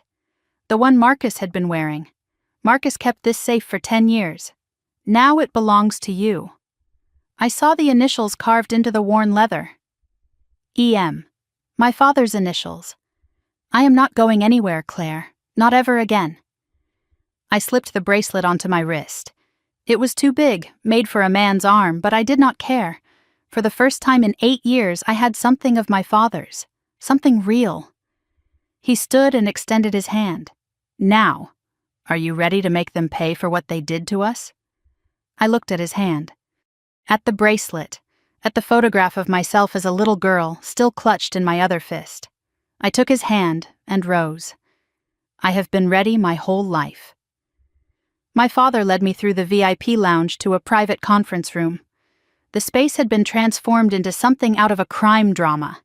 Monitors lined the walls, files spread across tables. Thomas stood at the head of the room with a projection screen behind him. Denise and Marcus took seats near the door. This was not a reunion anymore. This was a battle briefing. Everything we are about to show you has been compiled over 5 years, Thomas began. Some of it is difficult to see. Some of it will make you angry. All of it is true. I sat down. My father sat beside me. Our hands found each other. I need to know everything, I said. I am done being protected from the truth. My father squeezed my hand. That is why we are here. Thomas clicked a remote. The screen illuminated. Let us start at the beginning. Let us talk about who Linda Mitchell really is. Documents appeared on the screen as Thomas narrated. Linda Marie Cosgrove. Born in Tulsa, Oklahoma. Father was a mechanic. Mother worked at a diner. They filed for bankruptcy twice before Linda turned 12. I stared at my mother's high school photo. Young, hungry, she was intelligent, ambitious, desperate to escape poverty. She put herself through community college, then transferred to a state university on scholarship. A wedding photo appeared, my father and my mother, young and smiling and hopeful. I barely recognized either of them. She met your father at a business conference in Chicago. He was 28, already successful, building Sky Atlantic from the ground up. She was 24, working as a sales assistant. My father spoke. She was charming, warm. She made me feel like I was the only person in the room. I thought I had found my partner for life. What changed? Success, money, power. The more I built, the more she wanted. And when I could not give her enough, when I refused to put her on the company board, she found someone who would. Thomas pulled up a financial record. 3 months after your parents' wedding, Linda opened a private bank account. She never told your father. Over the next 3 years, she siphoned off nearly $200,000 from household accounts. My father's voice was flat. I did not find that account until after the crash. She had been planning her exit strategy from the day she said I do. Thomas clicked to a new slide. Robert Ashford's corporate headshot appeared. Cold eyes. Politician's smile. Robert joined Sky Atlantic as CFO 6 years into the marriage. Your father hired him personally. He came highly recommended, my father said. Harvard MBA. Experience at 3 major airlines. I thought he was brilliant. He was brilliant, Thomas said, at hiding things. Security footage appeared. Grainy, time-stamped. A hotel lobby. My mother entering. Robert following 10 minutes later. This is from the Marriott in Atlanta, 7 months before the crash. More photos followed. Restaurant, parking garage, a cabin in the mountains. We have documented evidence of 37 meetings over 18 months, all while your father was traveling for business. Thomas hesitated. This next part is harder. He clicked. An audio file played. My mother's voice, laughing. He is so trusting. It is almost sad. He has no idea what is coming. Robert's voice. By this time next year, you will own half the company. And he will be... My mother, gone, one way or another. The recording cut off. I could not breathe. That was my mother's voice, laughing about destroying my father. When was this recorded? Thomas checked his notes. 4 months before the plane crash. A private investigator your father hired managed to plant a device in Robert's car. There is more, Claire. 37 hours of recordings. We have transcribed all of them. In one conversation, your mother discusses what to do if Ethan becomes a problem. Robert's answer was, he stopped. You do not need to hear it. Just know that premeditation is well documented. Thomas switched to technical documents, maintenance logs, engineering schematics. Robert had access to everything. As CFO, he could authorize maintenance schedules without oversight. What did he do? Falsified inspection reports, cleared an aircraft that had a compromised fuel line. The plane your father was supposed to fly that day was a ticking time bomb. My father took over. I was flying to Milwaukee for a board meeting. Private jet, just me and James, my pilot. His voice went hollow. 20 minutes into the flight, the fuel system failed. James tried to bring us down on the lake. He saved my life at the cost of his own. The fishermen, 2 brothers from Michigan, they saw the splash, pulled me out of the water. If they had been 5 minutes later, I would have drowned. Thomas continued. Within 48 hours, Robert had destroyed the maintenance records. The official cause was listed as mechanical failure of unknown origin. The investigation was closed within a month. How? Robert had connections, inspectors who owed him favors, a company lawyer who knew which questions not to ask. Marcus spoke from the back of the room. And a fall guy. Me. I was in prison by the time anyone thought to look deeper. I looked at my father. This man who had survived drowning, betrayal, years of searching. James, I said. The pilot. Did he have a family? My father's eyes glistened. A wife. 2 kids. Younger than you. He pulled a photograph from the file.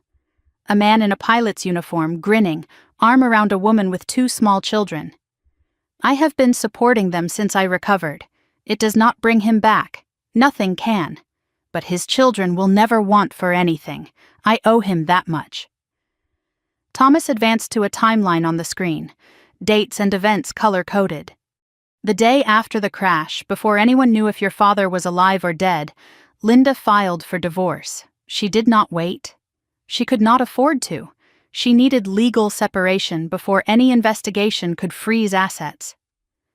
The timeline continued. Day 3, divorce petition filed. Day 7, emergency custody motion for Claire. Day 14, death certificate issued for Claire, falsified. Day 30, life insurance claim filed, $2 million. Day 45, trust fund transfer of control. She hired 3 law firms, Thomas said. 1 for the divorce, 1 for the custody battle, 1 for the estate. She spent over $400,000 in legal fees in the first year alone. From my trust fund, partially, and from the life insurance payout, she declared your father legally dead before he even woke up from his coma. My father's voice was bitter. When I finally woke up, when I started asking questions, she had already built a wall of legal documents around you. A court filing appeared on screen, petition for protection from domestic abuse. She claimed I was violent, that I had threatened you and her. She produced medical records, forged, showing injuries that never happened. The restraining order was granted within a week. If I came within 500 feet of you, I would have been arrested. Thomas pulled up one final document. A handwritten letter on personal stationery. My mother's handwriting. This was found in Robert's office safe after he was forced out of the company. We believe she wrote it 2 weeks before the crash. I read the first line. My darling Robert. By the time you read this, we will be free. Ethan's plane leaves Tuesday. After that, everything changes. The letter was signed with a heart and the initial L. Thomas switched to financial documents, spreadsheets, bank statements, wire transfers. Your trust fund was established with $12 million. Your father intended it to be untouchable until you turned 18. But my mother was the trustee. Yes, and for 8 years she has been systematically draining it. A chart appeared, outgoing transfers by year. Year 1, $340,000 for educational expenses. Year 2, $520,000 for medical treatment. Year 3, $610,000 for security and housing. Year 4, $680,000 for specialized care. Years 5 through 8, $2,050,000 for various fraudulent claims. Total withdrawn, $4.2 million. For what? Thomas clicked to photos. A beach house in the Hamptons, a condo in Miami, a yacht, jewelry, designer clothes. For this, none of it in your name. All of it purchased with money meant for your future. What is left? $7.8 million. Still substantial. But here is the problem. He pulled up another document. Amendment to trust proposed. Your mother filed paperwork last month to accelerate the dissolution of the trust. If approved, she could empty the entire fund within 90 days. When does it get approved? It would have been approved tomorrow. Your 18th birthday is in 2 months. She was racing the clock. I sat in silence, processing. $4.2 million. My mother's beach house, my father's near death. 8 years of lies. My father stood. We need to move. They landed in Los Angeles 2 hours ago. The FBI has units in position. But we need to be there for the takedown. FBI? Thomas nodded. Wire fraud, mail fraud, attempted murder, conspiracy to commit murder, child abandonment. We have been building this case for 3 years. Tonight, it ends. We moved through private corridors to a hangar. A sleek jet waited with the Sky Atlantic logo on the tail. I stopped at the stairs. "This is your plane?" My father's smile was sad. "One of them. I rebuilt the company from nothing after they tried to destroy me. I wanted to have the resources to find you, no matter what it took." We boarded. The cabin was luxury, leather seats, polished wood, soft lighting. I sank into a seat. My father sat across from me. The jet took off, climbing into the night sky over Atlanta. I watched the city lights shrink below. Thomas's phone buzzed. He answered, listened, his expression sharpening. "What is it?" Thomas covered the phone. "FBI surveillance in Los Angeles. Linda and Robert just left their hotel. They are heading to the airport." "They are running?" "No." His face was grim. "They booked 2 tickets to Geneva, one way, and they purchased a 3rd ticket in a different name." My blood ran cold. "Whose name?" Thomas met my eyes. "Yours. They are still planning to send you to the facility. They must have a backup plan to intercept you somewhere." My father's jaw set. "Not anymore, they do not." The jet banked west, engines roaring, racing toward the confrontation 8 years in the making. Somewhere over Tennessee, I read through the files Thomas had prepared. Every document, every photograph, every recorded conversation. My mother's voice, laughing about my father's death. My mother's handwriting, planning the murder of her husband. My mother's signature, draining my future one withdrawal at a time. I had spent 16 years wondering why she did not love me. Now I knew the truth. She had never seen me as a daughter, only as an asset, a key to a vault she intended to empty and discard. By the time the jet touched down in California, I had no more tears left. Only a cold, clear certainty that the woman who gave me life had been trying to steal it back, piece by piece, since the day my father's plane went down. And now it was time for her to answer for everything. The jet cut through darkness over New Mexico. I sat by the window, watching distant city lights below. The files Thomas gave me were spread across the table. Evidence of my mother's crimes. I had read every page, every document, every damning word. My hands no longer shook. My tears had dried. What remained was something harder, colder. Thomas worked his phone constantly, coordinating with the FBI, tracking my mother's movements. My father sat across from me, watching me with worried eyes. Marcus and Denise had stayed behind in Atlanta. Their part was done. "You do not have to be there," my father said. "You can wait at the hotel. Let the FBI handle it." "No. I need to say it myself. I need them to hear it from me." "Why?" I looked at him. "Because my mother spent 16 years speaking for me, deciding what I thought, what I felt, what I was worth." I turned back to the window. Today, I speak for myself. Thomas shared live updates from FBI surveillance. They checked out of the Beverly Hills Hotel 30 minutes ago, paid cash, left no forwarding address. Professional. They have had practice. This is not their first disappearing act. "The tickets to Geneva," I said. "What do we know?" Thomas pulled up the information. "First class, one way.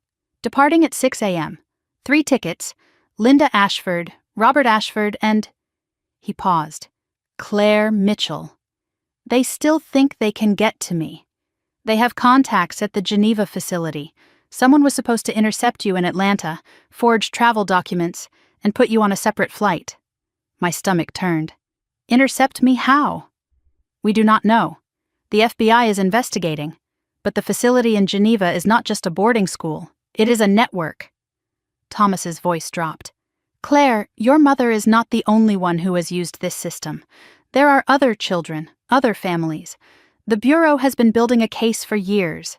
So arresting my mother could blow the whole thing open. She has names, contacts, payment records.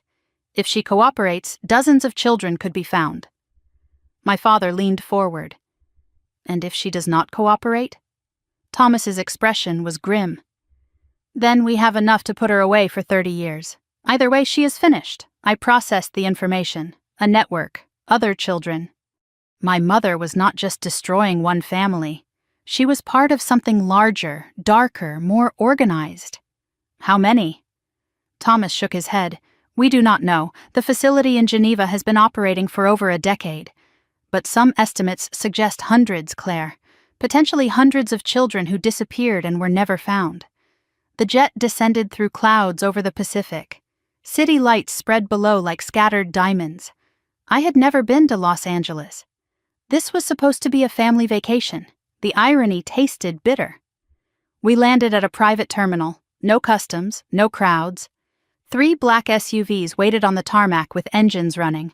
A woman in a dark suit approached. 40s, sharp eyes, FBI badge visible. Mr. Mitchell, I am Special Agent Rivera. We have eyes on the targets. They are in the airport now, approaching the international terminal. We climbed into the lead SUV. Rivera drove. Thomas sat in front. My father and I sat in back. Current status, Rivera said. Subjects have passed through initial security. They are waiting at Gate 67 for the Geneva flight. Why have you not arrested them? Rivera's eyes met mine in the rearview mirror. Because you deserve to see it. And because we want them to feel safe until the last possible moment. People who feel safe make mistakes. The SUV raced through airport access roads, behind the scenes, away from public eyes. My heart pounded. In minutes, I would see my mother for the first time since Atlanta, since the fake coffee stain, since the abandoned gate, since my entire world collapsed. What do I do when I see her? My father took my hand. Whatever you need to do. We are right beside you. Rivera's phone buzzed. She answered, listened, and her jaw tightened. Copy that. She turned to Thomas. We have a complication. Robert Ashford just separated from Linda. He is heading toward the parking garage instead of the gate. He is running? Or he is the distraction. We are splitting the team. Half on Linda, half on Robert. But be aware, if Robert has a backup plan, we might not know what it is yet. We entered the terminal through a staff entrance. Badges flashed, doors opened. The international terminal was quiet at this hour. Scattered travelers, cleaning crews. Gate 67 was at the end of a long corridor. And there, sitting in a first-class lounge chair, was my mother. I stopped. My breath caught. She looked exactly the same. Blonde hair perfectly styled, designer clothes, manicured nails. She was reading a magazine, calm, composed, like she was waiting for a spa appointment, not fleeing the country. Like she had not abandoned her daughter in an airport 12 hours ago. Rivera led the team forward. 4 FBI agents formed a loose perimeter. My mother did not notice until they were 20 feet away. She looked up. Her eyes found Rivera's badge first, then Thomas, then my father. Her face went white. Then she saw me. Rivera stepped forward. Linda Mitchell Ashford. You are under arrest for wire fraud, mail fraud, conspiracy to commit murder, and child abandonment. You have the right to remain silent. My mother stood so fast her magazine flew across the floor. This is harassment. This is a mistake. I want my lawyer. Anything you say can and will be used against you in a court of law. My mother's eyes darted around looking for escape. There was none. 4 agents. Nowhere to run. You have the right to an attorney. If you cannot afford an attorney, I can afford 100 attorneys. Her voice was ice. You have no idea who you are dealing with. Rivera did not blink. Ma'am, we know exactly who we are dealing with. As the agents moved to cuff her, my mother looked past them, directly at my father. Her composure cracked for just a moment, and something feral crossed her face. You, she breathed. You should have stayed dead. My father's voice was steady. I tried. You were not thorough enough. Her laugh was harsh, broken. I should have checked the lake myself. Rivera's radio crackled. Second target in custody. He tried to run. Did not get far. I felt grim satisfaction. Robert, running like a coward, caught in a parking garage. Where is he now? Being transported to the field office. He is already asking for a deal. My father stepped forward. The agents held my mother's arms, but she had not been led away yet. 8 years, Linda. 8 years I searched for my daughter. 8 years she believed I was dead. She was better off without you. She was alone, unloved, abandoned. You treated her like an inconvenience. I treated her like what she was, a means to an end, just like you were. My father's voice was quiet but lethal. You never loved either of us. Love? My mother laughed. Love does not pay for beach houses, Ethan. Love does not buy freedom, the trust fund. That is all she ever was to you, $12 million. That is what she was worth. And I would have had every penny if you had just stayed dead like you were supposed to. Something snapped inside me. I pushed past Thomas, past Rivera, until I was standing in front of my mother. Look at me. Her eyes slid to me, cold, calculating, without a trace of maternal warmth. Claire, sweetheart, this is all a misunderstanding. Do not. My voice did not waver. When I was 12, I asked you why Dad died. Do you remember what you said? She was silent. You said some people are not meant to stay. I thought you meant it philosophically, like fate or God's will. I stepped closer. But you meant it literally. You decided he was not meant to stay. You decided I was not meant to stay. We were just obstacles between you and the money. As agents led my mother away, she called out, "Claire, Claire, wait!" I stopped, but did not turn. You think you have won? You think this is over? I spoke over my shoulder. No, this is just the beginning. I know things, Claire, about your father, about the company, about things he does not want anyone to know. Rivera cut her off. Ma'am, you need to come with us. Now. My mother was pulled away, still shouting threats and promises that echoed down the terminal corridor. My father appeared at my side. You did not have to hear that.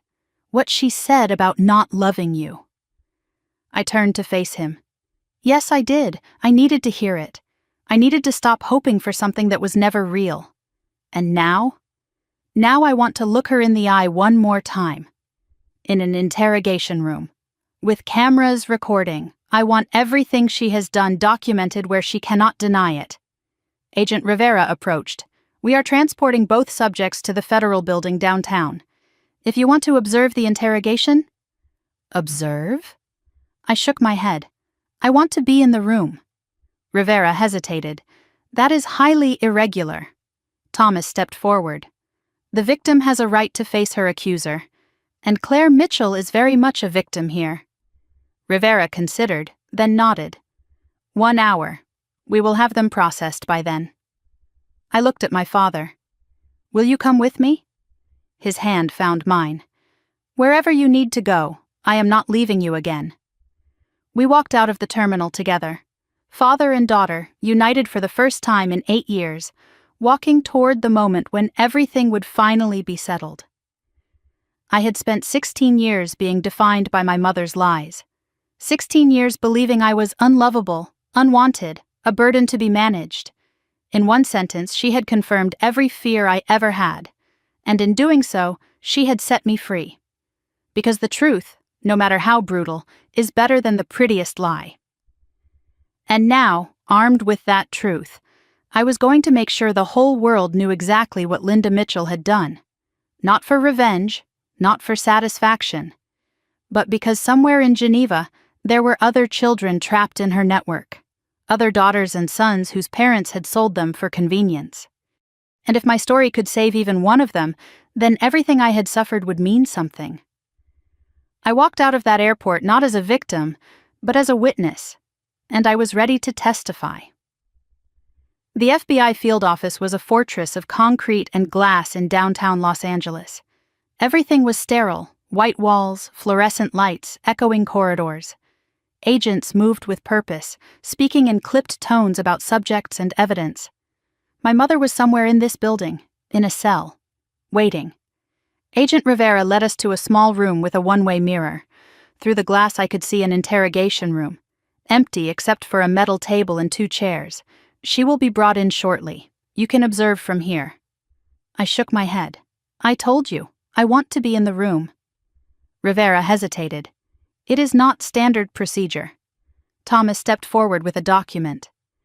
I have filed a victim impact statement request. Claire has the legal right to face her accuser before formal charges are filed. Rivera read the document and sighed. 10 minutes. That is all I can give you. 10 minutes is enough. I stood before the one-way mirror, staring at the empty room. My reflection looked back at me. A girl I barely recognized, 16 years old, abandoned, betrayed, and somehow still standing. My father appeared beside me. You do not have to do this alone, I know. But the first part I need to say myself. Just me and her. And then? Then you can come in. Then we finish this together. A buzzer sounded. The interrogation room door opened. 2 agents escorted my mother inside, handcuffs removed but guards flanking her. She wore the same clothes from the airport, now wrinkled. Her hair was slightly disheveled. The first time I had ever seen her less than perfect. She sat in the metal chair, spine straight, chin lifted. Even now, even here, she projected control. Through the glass I studied her face, looking for cracks, looking for fear, looking for anything human. Her expression was stone. Unreadable, waiting. As I watched, my mother did something strange. She smiled, not at the mirror. She could not know anyone was watching. She smiled at nothing, at the empty room, at some private thought that amused her. It was the smile I remembered from childhood. The one that meant she had a secret. The smile that meant she believed she had already won. I pushed through the observation room door before I could change my mind. The corridor was 15 feet long, the longest walk of my life. An agent opened the interrogation room door. I stepped inside. The room was smaller than it looked through the glass. The air was cold, sterile, recycled. My mother looked up as I entered. For one fraction of a second, something flickered across her face. Surprise. Then the mask returned. I sat across from her. The metal table between us felt both too wide and not wide enough. Neither of us spoke. The silence was a weapon. I would not be the first to break. Finally, my mother sighed. Theatrical, performative. Claire, sweetheart, thank God you are safe. Safe? You left me in an airport with nothing. That was Robert's idea. I never wanted... Do not. My voice was ice. She stopped mid-sentence. Do not lie. Not anymore. Not to me. She leaned back, studying me with new eyes. You have changed. You are harder than you were. Her lips curved. You are more like me now. Something twisted in my stomach. I am nothing like you. Her smile widened. Keep telling yourself that. But I see it. That coldness in your eyes. That calculation. You got it from me, sweetheart. The only gift I ever gave you. I pulled a folder from under my arm. Thomas had given it to me before I entered. Inside was the most damning evidence we had. I spread the documents across the table one by one. Do you recognize these? Bank statements, hotel photographs, transcripts of recorded conversations, the forged death certificate with my name, the handwritten letter to Robert. With each document, her composure chipped away. Her eyes darted from paper to paper. Where did you get these? Does it matter? They are real. They are documented. They are going to put you in prison for the rest of your life. Her laugh was brittle. You do not understand how the system works, Claire. I have lawyers. I have connections. I have... Nothing. You have nothing.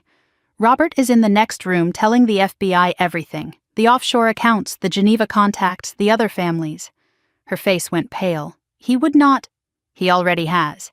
He is trading everything he knows for a reduced sentence, including your little plan to make me disappear. Her composure shattered. That is not... I did not mean... He also told them about the man you hired, the one who was supposed to intercept me in Atlanta, the one who was supposed to put me on a plane to Geneva. Her mouth opened, closed, opened again. No words came out. For the first time in my memory, my mother had nothing to say. I watched her struggle to regain control, watched the calculation behind her eyes, the search for a new angle. Stop. She blinked. Stop what? Stop thinking about how to spin this. Stop looking for the escape route. There is none. I leaned forward. I only have one question. One thing I need to know before this is over. Did you ever love me? The question hung in the air. My mother stared at me. Not as a business asset, not as leverage, not as a key to Dad's money. My voice cracked despite my best efforts. Did you ever love me? Your daughter? Even once? Even for a single moment? Seconds passed. They felt like hours. Her expression shifted. Not to remorse, to something worse, consideration, assessment. Like she was deciding what answer would help her most. That calculation was the answer. The fact that she had to think about it. You were supposed to be my insurance policy, she said finally. Her voice was flat, stripped of pretense. What does that mean? Your father had everything. The company, the money, the future, and he was going to leave me with nothing. Her eyes met mine. You were my guarantee, my leverage, my way of making sure I got what I deserved. And when he died? When he died, you became worth $12 million. You were supposed to fund my freedom. I was 3 days old when you decided this? She shrugged. I have always been a planner. I looked at her hands, folded on the metal table, manicured nails perfect even now. Those hands had held me as a baby, brushed my hair before school, made me hot chocolate when I could not sleep. I tried to reconcile those memories with the woman before me and could not. It was like looking at a stranger wearing my mother's face. You never loved me. It was not a question anymore. She tilted her head. I loved what you could give me. Is that not the same thing? I stood. I had heard enough. I turned toward the door. Her voice stopped me. Do you not want to know why? The real reason? I turned back. I just heard the reason. Money. No. Her smile was thin, cruel. Money was the method, not the motive. Your father refused to give me what I was owed. 10 years of marriage, 10 years of building his company beside him. And when I asked for a seat on the board, he said no. He said I was not qualified, that I had not earned it. Her voice hardened. He took everything from me, Claire, my ambition, my potential, my future. He looked at me and saw a wife, not a partner. She stood, palms flat on the table. So, yes. I found Robert. I made a plan, and I took everything from him, including his daughter, especially his daughter, because taking you hurt him more than taking the money ever could. The truth settled into my bones. This was never about the trust fund, never about the money. It was about making my father suffer. And I was the weapon. You used me to destroy him. For 10 years. Poetic, is it not? His greatest treasure, turned into his greatest pain. My voice was barely audible. And me? What about my pain? Her expression did not change. Collateral damage. Agents entered the room. Time was up. They moved to escort her out. At the door, she turned back. You will regret this. I met her eyes. The only thing I regret is believing you. Ever. The door closed behind her. She was gone. My father pulled me into an embrace. I stood rigid for a moment, then collapsed against him. The tears came. Not for my mother, for the mother I never had, for the lie I spent 16 years believing. It is over, he whispered. It is finally over. I shook my head against his chest. Not yet. There is still the trial. The other children, the network. We will face all of it. Together. I pulled back and looked at him. Promise? I spent 8 years looking for you. You think I am going anywhere now? We walked out of that interrogation room together. My father and I. Behind us, Linda Mitchell Ashford was being processed, photographed, locked in a cell to await trial. In the coming months, she would face charges that carried sentences measured in decades. She would watch her empire crumble, her secrets exposed, her network dismantled one contact at a time. And through it all, I would be there. Not as her daughter. That bond was broken beyond repair. But as a witness, as a survivor, as living proof that some things are stronger than blood, stronger than money, stronger than all the manipulation and cruelty in the world. Things like truth, like justice, like a father who never stopped searching and a daughter who finally found the courage to stop running from the truth. 3 months passed. The federal courthouse rose against a gray October sky. I stood at the base of the steps, heart pounding. Today I would testify. Today I would tell the world what my mother did. My father stood beside me. You do not have to do this. Thomas can present the evidence without your testimony. No, I need to say it myself.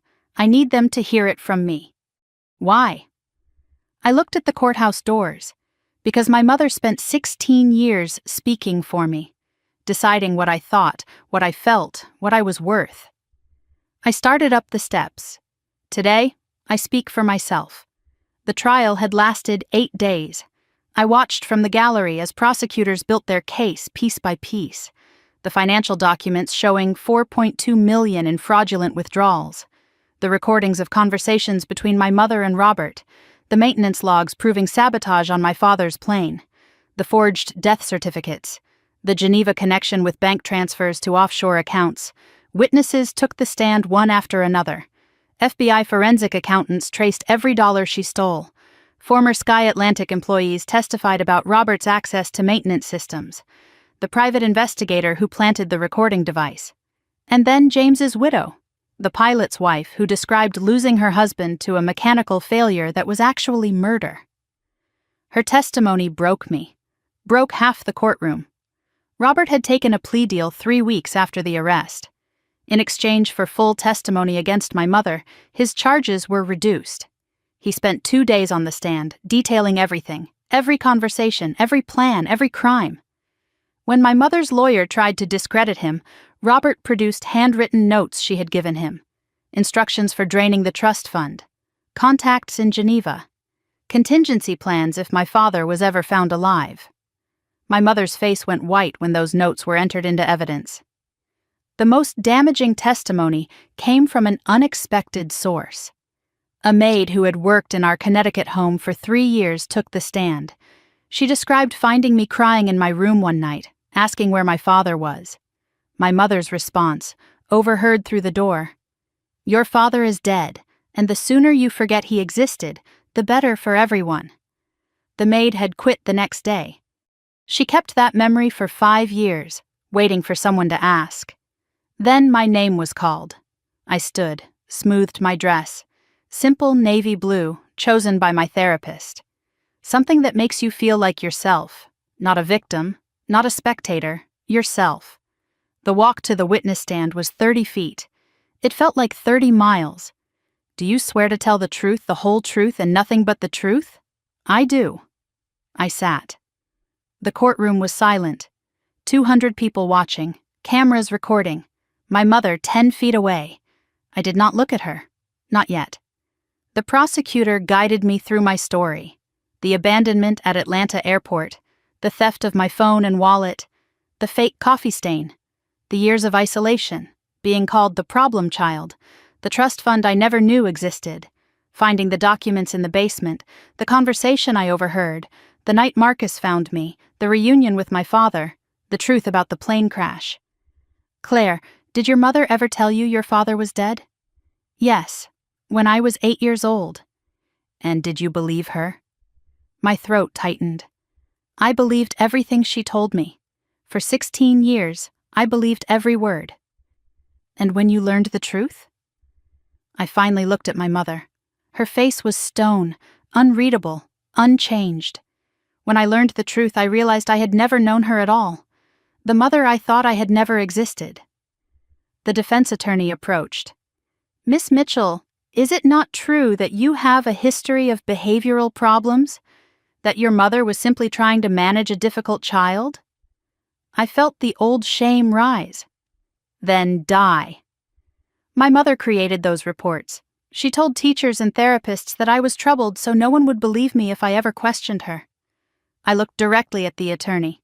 I was not a difficult child. I was a witness she was trying to discredit before I even knew there was something to witness. The jury deliberated for 6 hours. I waited in a small room with my father, Thomas, and Marcus. Marcus had come from Atlanta for the verdict. He said he needed to see it end. 6 hours. I paced, checked my phone, paced again. What if they do not believe me? My father's hand on my shoulder. They will believe the evidence. The evidence does not lie. The bailiff called us back. The courtroom was packed. My mother sat at the defense table, spine straight, chin lifted. Even now, she performed composure. In the matter of the United States versus Linda Mitchell Ashford, on the charge of wire fraud, how does the jury find? Guilty. On the charge of mail fraud? Guilty. On the charge of conspiracy to commit murder? Guilty. On the charge of child abandonment? Guilty. Each word landed like a hammer. I gripped my father's hand until my knuckles turned white. When the final verdict was read, my mother's mask cracked, not into remorse, into rage. She turned toward me, eyes blazing. This is not over. You will never be free of me. Never. I met her eyes one last time, said nothing. There was nothing left to say. As guards led her away, she stumbled, a crack in the perfect facade. For one moment she looked old, fragile, human. Something stirred in my chest. Not sympathy, recognition. This was the woman who gave me life, who shaped my earliest memories, who destroyed everything in pursuit of revenge and money. In the end, she had nothing. That was the saddest part of all. Sentencing came 1 week later. My mother appeared in an orange jumpsuit. Designer clothes replaced by prison issue. She looked smaller, diminished. Linda Mitchell Ashford, 15 years federal prison. No possibility of parole for 10 years. Robert Ashford, 12 years federal prison. Reduced for cooperation. Full restitution of stolen funds. Forfeiture of all assets obtained through fraud. Before she was led away, my mother was given the opportunity to speak. She stood, looked at me, at my father. I regret nothing. Everything I did for survival. One day you will understand. The judge's voice was ice. Remove the defendant.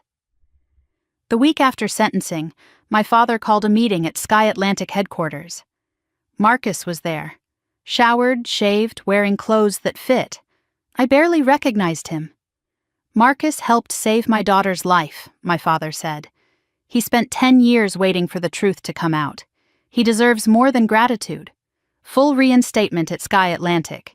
Senior advisor for safety compliance. A formal apology clearing his name. Compensation for the years he lost. Back pay, pension restoration, a settlement that would let him live comfortably forever. Marcus stared at the offer letter. I do not know what to say. My father shook his hand.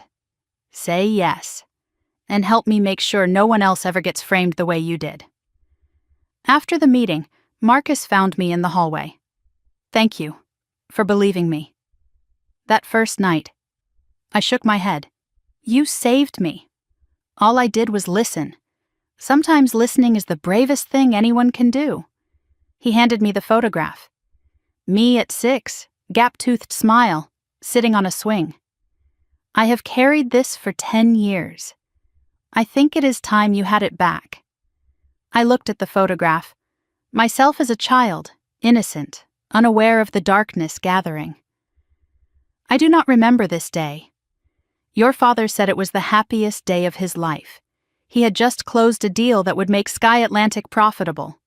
He came home early to celebrate with you, just the two of you, in the backyard for 3 hours. My eyes burned. I wish I could remember. You will. Not the day itself, but the feeling. You will find it again. 1 month after sentencing, I sat at the desk in my new room. My father's house in Colorado, mountains visible through the window. I had a letter to write. Linda, I cannot call you Mom anymore. I am not sure I ever really could. I am writing because I need you to know that I forgive you. Not for your sake, for mine. Carrying hatred is exhausting. It is a weight I refuse to bear. You taught me what love is not. That is something, I suppose. I hope you find peace in prison.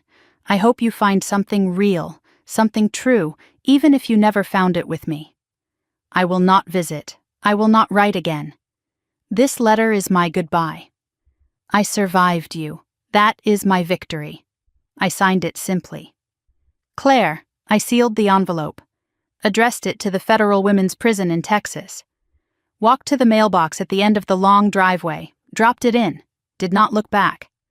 The sun was setting over the mountains, orange and pink and gold. I stood at the mailbox, breathing the clean Colorado air. Behind me, the front door opened, my father's voice.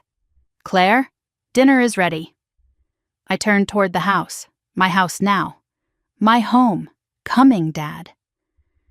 The word felt strange on my tongue. Dad. I had not said it in 8 years, but standing in the fading light, with the letter sent and the past finally behind me, it felt right. It felt like the beginning of something new. I woke to sunlight streaming through curtains. The view from my window showed snow-capped peaks, pine forests, endless sky. For a moment I forgot where I was. Then I remembered.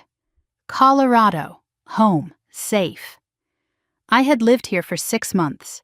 Some mornings I still could not believe it was real. Today was Saturday. Today was special. Today, Claire Elizabeth Mitchell turned 17. 1 year ago, I was invisible in a Connecticut mansion, counting days until I could escape. Now I had a father who made pancakes shaped like airplanes. Now I had a room with a mountain view and a door that locked from the inside.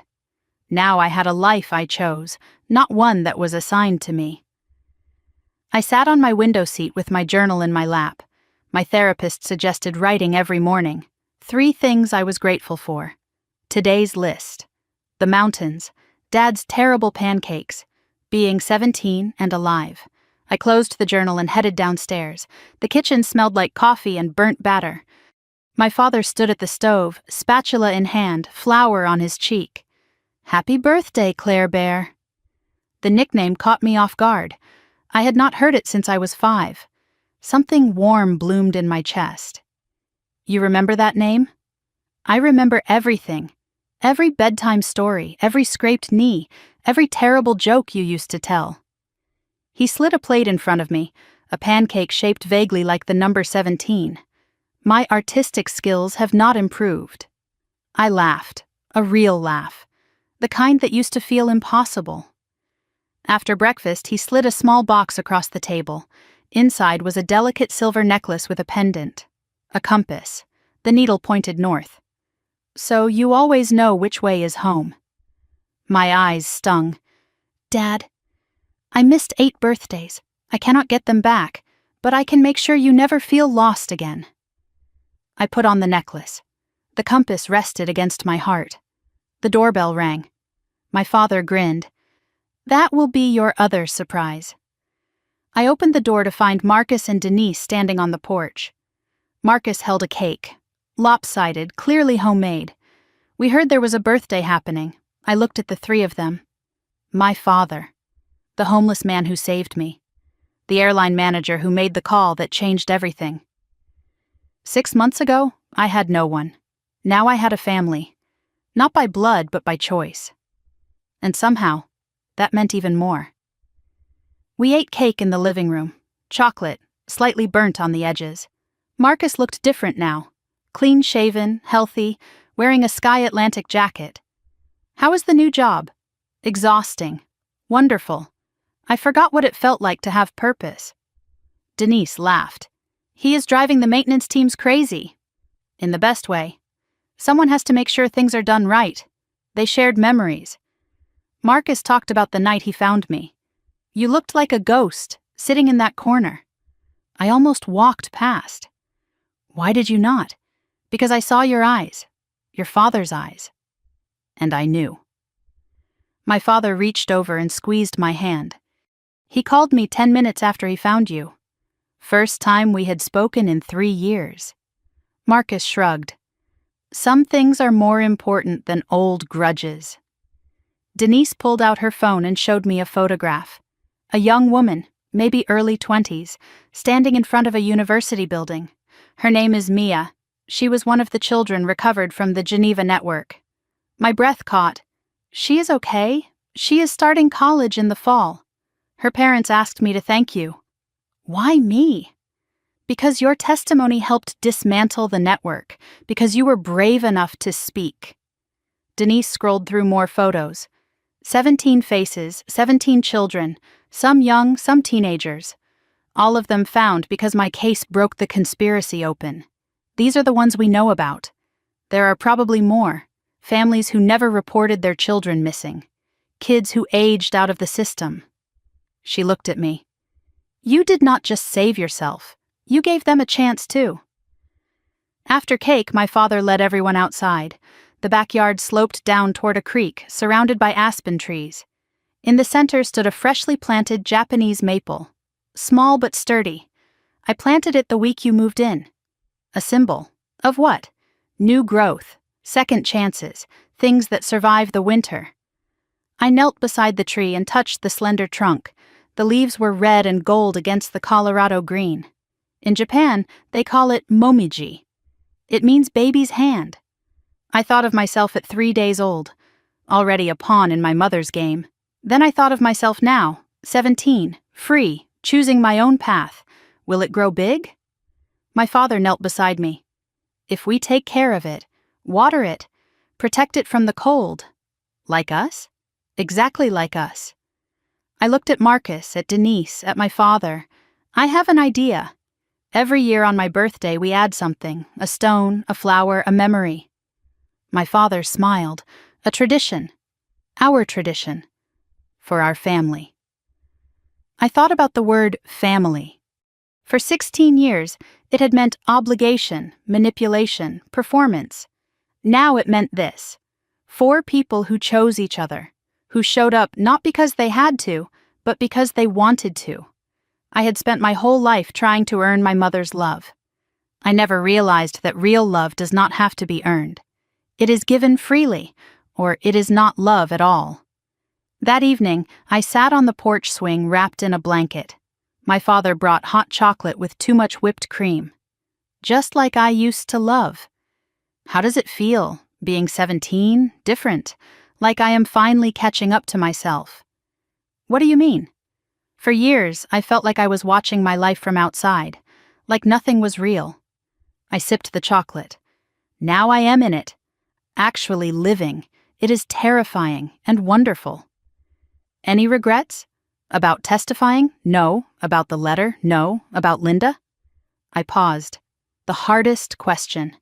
I regret that I spent so long hoping she would change. I regret the years I wasted trying to earn something that was never available. And now? Now I understand that some people cannot love. Not because of anything you did. Because of something broken in them. I looked at my father. I spent 16 years asking why she did not love me. Now I know it was never about me at all. We sat in comfortable silence, watching the stars emerge. I thought about everything that led to this moment. The abandoned airport, the sandwich Marcus gave me, the chairman walking through the door. Every terrible thing that happened brought me here. I would not wish my story on anyone, but I would not trade this ending either. Later that night, I sat at my desk. The compass necklace caught the lamplight. I opened my journal to a fresh page. Today I turned 17. 1 year ago, I was invisible, forgotten, waiting to be thrown away. Now I sit in a house in the mountains, with a father who never stopped looking for me, surrounded by people who chose me. I used to think my story was about betrayal, about a mother who saw me as a means to an end. But that is not the whole story. That is just the beginning.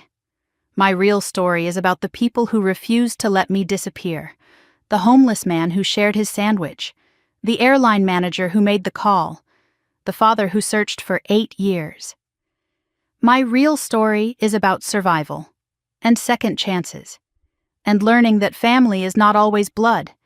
Sometimes it is the people who show up when blood walks away. I am 17 now. I have the rest of my life ahead of me, and for the first time, I am excited to see what happens next. I closed the journal and looked out the window. The mountains were silver in the moonlight. I thought about the girl I was 1 year ago. Alone in an airport, starving, desperate, certain no one would ever hear my story. But I am still here. And now you know what happened. If you are watching this and you feel invisible in your own family, I see you. If you are wondering whether anyone would notice if you disappeared, I notice you. If you have been told you are difficult, you are a problem, you are too much, you are not. You are exactly enough. I shared my story because silence almost killed me. Because secrets protect the people who hurt us, not the people they hurt. So here is what I am asking. If this story meant something to you, leave a comment. Tell me where you are watching from. Tell me if you have ever felt invisible. Tell me if someone unexpected saved your life. Your story matters, even if no one has told you that before. And if you want to hear more stories like this, stories about survivors, about justice, about people who refuse to stay silent, subscribe to this channel. Hit that notification bell. Share this video with someone who needs to hear it. Because somewhere out there, someone is sitting alone in an airport, metaphorically or literally, waiting for someone to notice them. Maybe your comment will be the thing that helps them hold on. I am Claire Mitchell. I was abandoned at 16. I survived a mother who never loved me, and a conspiracy that should have destroyed me. But I am still here. I found my father. I found my family. I found myself. And if I can survive, so can you. Thank you for listening. Thank you for being here. And remember, no matter how dark it gets, there is always someone searching for you, even when you do not know it. Until next time, stay strong, stay seen, and never stop fighting for the life you deserve. This story is fictionalized for dramatic effect,